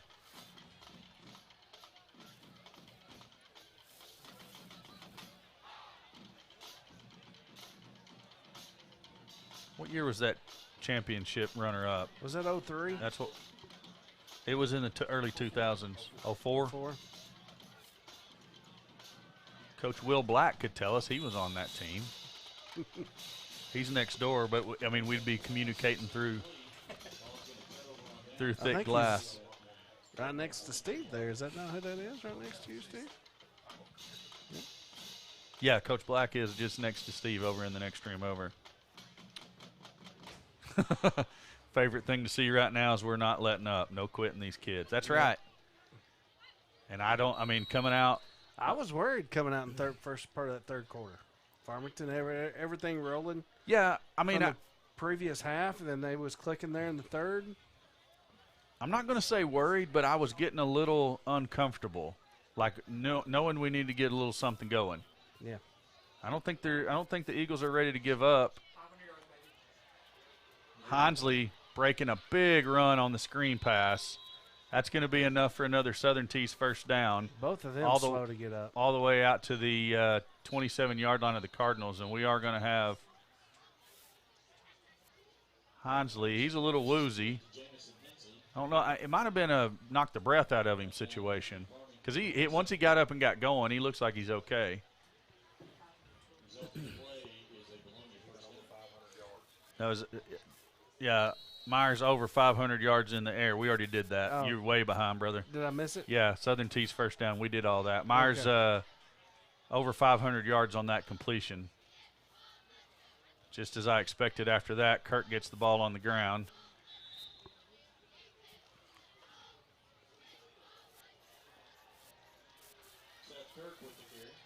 Time to ground and pound. Shaw checks in the ball game. I would like to see more points on the board, to be perfectly honest with you. Yeah, Erie checks out. Benzing in for him. Lovelace checked in for Hinsley. Well, now the thing is get to the next game without any more injuries. Yes. Because you know you're going to have your studs. Oh, yep. Don't be hesitating. Yep. That was the play Kirk scored on, 52 yards out. Yeah, he took his in a little tighter than that. Yeah, that's Kane and Shaw. Where he tried to McKissick into the game for Myers. Where Shaw tried to bounce that out. Kirk bounced that inside that defensive end and got upfield and then out to the edge. Let me look and see. Yeah, Watson pretty much had the same block as he had on the Kirk touchdown run. Mm-hmm. So McKissick going to trigger the offense now. That's Kane and Shaw again. And that's a good hard run up the middle. Keep going, young man. That's what I'm talking about right there. You like seeing the young guys come in and finish off a good hard run there. Shaw, a sophomore.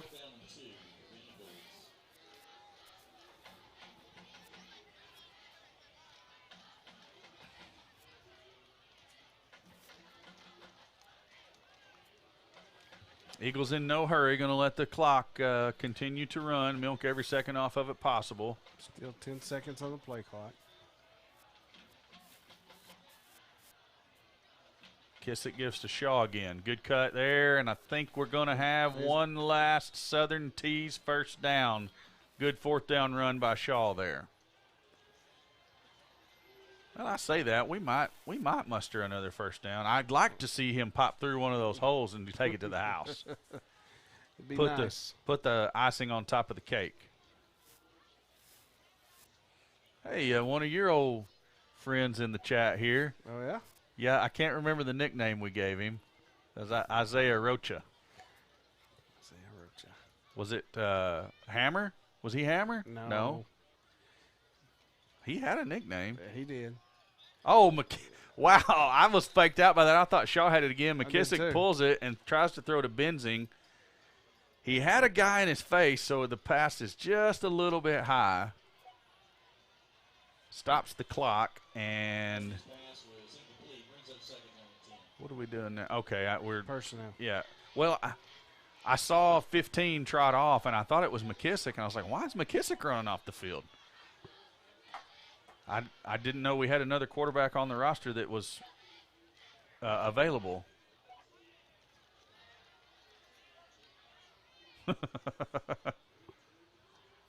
There's Shaw looking for the room on the left side. Great job to cut it upfield and stay in bounds, keep that clock rolling.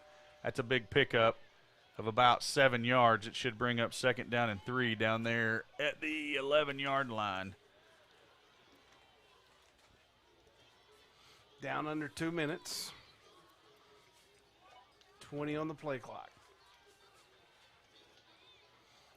McCool says she's bringing her bell back. Now, I think that's what we all need in our lives is a little bit more cowbell. I'll tell you what, we got plenty of it on this side tonight. I was going to say there's cowbells in the stadium here tonight. Matter of fact, they accused us of pirating their stream and streaming ours on their channel. They didn't actually accuse us of that. No. But it was funny when he came in here asking us about what commercials we were running. We didn't know what the heck was going on. Hold on. I missed it. It's another Southern T's first down. But, yeah, he said somehow our stream bled over onto their channel, and they were running our stream on their Farmington TV channel or whatever it's called. It wasn't ours. No, it was somebody else's, right? Yeah, it was somebody else's. It wasn't ours. It wasn't our commercials. Looks like the Eagles are going to take the knee here as the formation tightens up. and the back goes back into the pistol. The victory V. Yes, McKissick does take the knee. And we'll have to snap it one more time. I wanted to get that. Oh, that's Brandon Jones that had checked into the backfield for the Eagles there with McKissick. Yeah, good game and a great second half. Eagles are going to come away victorious and continue to, remain undefeated on the season. Eagles will move to 5-0. Farmington Cardinals will drop their first game of the year and go to 4-1. And with that knee, that's going to be it. Eagles don't have to snap the football again, barring a Farmington timeout. And Coach Eldridge is not going to take a timeout. He hands his headset to one of his managers. And both teams are going to line up for the customary handshake at the end of the game here. Allen, 57 points on the board, over 500 yards passing for Myers. Yeah. Two receivers over 200 yards. The beast. Rocha was the beast. He came back with it. Thank you. Yes. I'm sorry I forgot. Hey, Isaiah, we miss seeing you play too. You had some really nice runs back in those days. So good memories for the broadcast crew from back in those days. Yeah, multiple. I was trying to find some rushing yards here. Looks like Kirk was over 60, Hunter right around 40. So we got up around that. It's been a long time since we've been 5-0. It has been a long time since we've been 5-0. Yeah. So good things to look up to. You know what? Can we keep the momentum going? Yes. Yes, we can potentially keep the momentum going. No, not potentially. We can. You're wrapped around Allen's wheel there. If he'll just lean forward a little bit. There we go. We'll get Grant into the action here. Teamwork makes the dream work, guys. Indeed it does. As you hear Grant come down from the heavens. You're on, bro. Talk. No. I'm on? Okay, good. Whoa. Steve's like, give me my microphone. Steve's I'm like, terrified. You had it the whole time, brother. Just speak into it. No way. You have to. I've had the mic the whole time. You have to project voice into microphone for it to go out over the, yeah. Hey, guys, before we talk about the end of the ball game, I just want to formally apologize for bringing student section leader Carter Valance on, also known as Sawyer's brother, because I hear he ruined your ears. Oh, yeah, he blew us out. That was loud. That was super loud. Anyways, how about that? Well, that's what we were talking about before you popped into the booth there was 5-0. Been a long time since you've seen a Vilonia team 5-0. A lot of people in the chat tonight talking about they've been watching the Eagles for a considerable amount of time, and it's by far the best Vilonia Eagle football team they've seen on the field. I would have to agree, and I know I don't have the same time that a lot of these people do. Just 17 years of living, almost 18, almost early happy birthday, by the way, Corey. Hey, it's getting close. It's getting close. This has got to be the best Eagle team I've ever seen. I don't think I have ever seen a 5-0 Vilonia Eagle football team, at least not that I remember. No, you have not, because I have not, nor has Allen, and we got a lot more history than you do. We were 6-0. I went 5-0 my junior year, 6-0 my senior year. In your dreams doesn't count, though. No, for real. I know. I remember watching that, so I have seen one. But that was a different style of game. It was a different style of game, and it was a different deal. Y'all didn't even make the playoffs at that. No. We finished third. We finished third 3 years in a row and didn't go to the playoffs. Hey, guys, while we're talking here, I'm going to show the highlights from the game. Do it. So, go ahead. What are you waiting Viewers for? can see that. Why are you waiting so long, Steve? But, man, just, we were worried about this coming into this game, these two teams going at each other, kind of mirrored each other. But really, Vilonia, there were times that, you got worried, but Vilonia had it in hand almost the whole game. Yeah, we were never behind. We always had that comfortable lead, but that goes back to knowing what Farmington was capable of doing. And Farmington showed they were capable on multiple occasions. And that's what stuck in the back of my mind up here calling the game. Turnovers? I mean, I don't believe we had one tonight. No, we did not. No. Two 3 punts. Might have had a couple more. Yeah, at least that many. Yeah. I'll give Farmington credit, guys. We jump on them. We come up here and we do exactly what we needed to do. We jump on them 21-0. Yep. In the first quarter. In the first quarter, and you know, a lot. The Farmington of old probably would have folded right there. Maybe not completely folded up, but they would have certainly been like, oh, Farmington from 2 or 3 years ago. Here it comes again, you know. But this Farmington team, my goodness. Mm-hmm. Yeah, and with that, Corey, we learned a couple things. A couple weeks ago, someone from a rival school, not going to say which one, they're blue and they're Panthers and they're from Greenbrier, but they came up to me and they said, when are you guys going to stop playing JV teams? And, you know, riding up here, I was talking to Steve and we said, you know, this is a real test. This is one of the games to watch in the 5A, one of the tougher battles in the 5A West this week. And we just came out here and absolutely handled business. So I think we learned today that this Eagle team, they're the real deal even when the pressure is high, even when they're playing a good opponent. Well, I mean, you look at – and not that we didn't already know that. Right. But it's just some more confirmation. You look at moments during this game when things were not going the Eagles' way. We never panicked. We never gave up. We never started turning the ball over and just completely losing control of what was going on. And ultimately, a calmness just kind of came over the team, and we got our mojo back and ended up putting 57 on the board. And that's something that we couldn't have always even said about the Vilonia Eagles, because we've also seen times where when things didn't go well for us, we kind of laid down a little bit. Yes. So I got to give credit to us for, you know, the adversity. It reminded me of some parts of that Russellville game. You face some adversity, you know, you score some points, you have some stuff go bad for you, you regain the momentum, and you ultimately win the game going away. You know, so I mean, we've been in a couple of tests, you know, so far this year. When you look at the Maumelle game, you look at the Russellville game, and you look at this game. That's neat. That is pretty cool. They got some. I don't know if their it's homecoming. Is it court Dad's is dancing with the Yeah. But guys, the thing about this team is, you know, in the past, Vilonia, had some good teams, but you really didn't have the whole picture. You didn't, you know, offense was good, defense wasn't. Defense was good, offense wasn't. Special teams wasn't. This is a whole package. You know, this offense, defense, special teams. You know, the whole package is good for this team. It certainly is, and you think we find a weakness, and then they prove us wrong, week in, week out. One thing that we have not, that if I'm going to be the negative Nancy here. Oh, why? Why you got to be?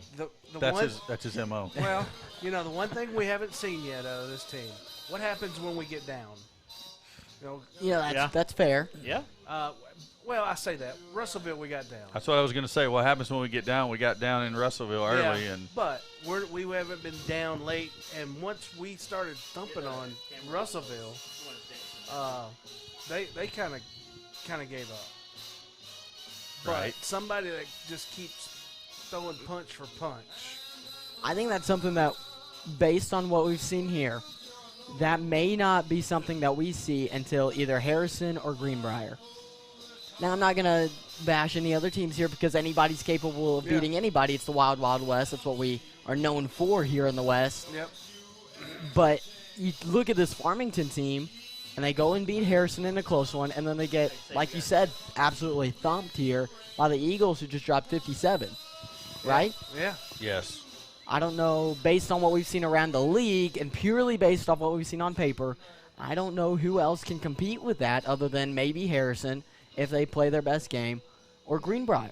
Well, and you know, an interesting stat on Greenbrier, you may or may not know, they only win by a score 34-14 or 34-13 versus Clarksville tonight. Yeah. Really? And at one point it was like 7-0 late in the second quarter, and then 14.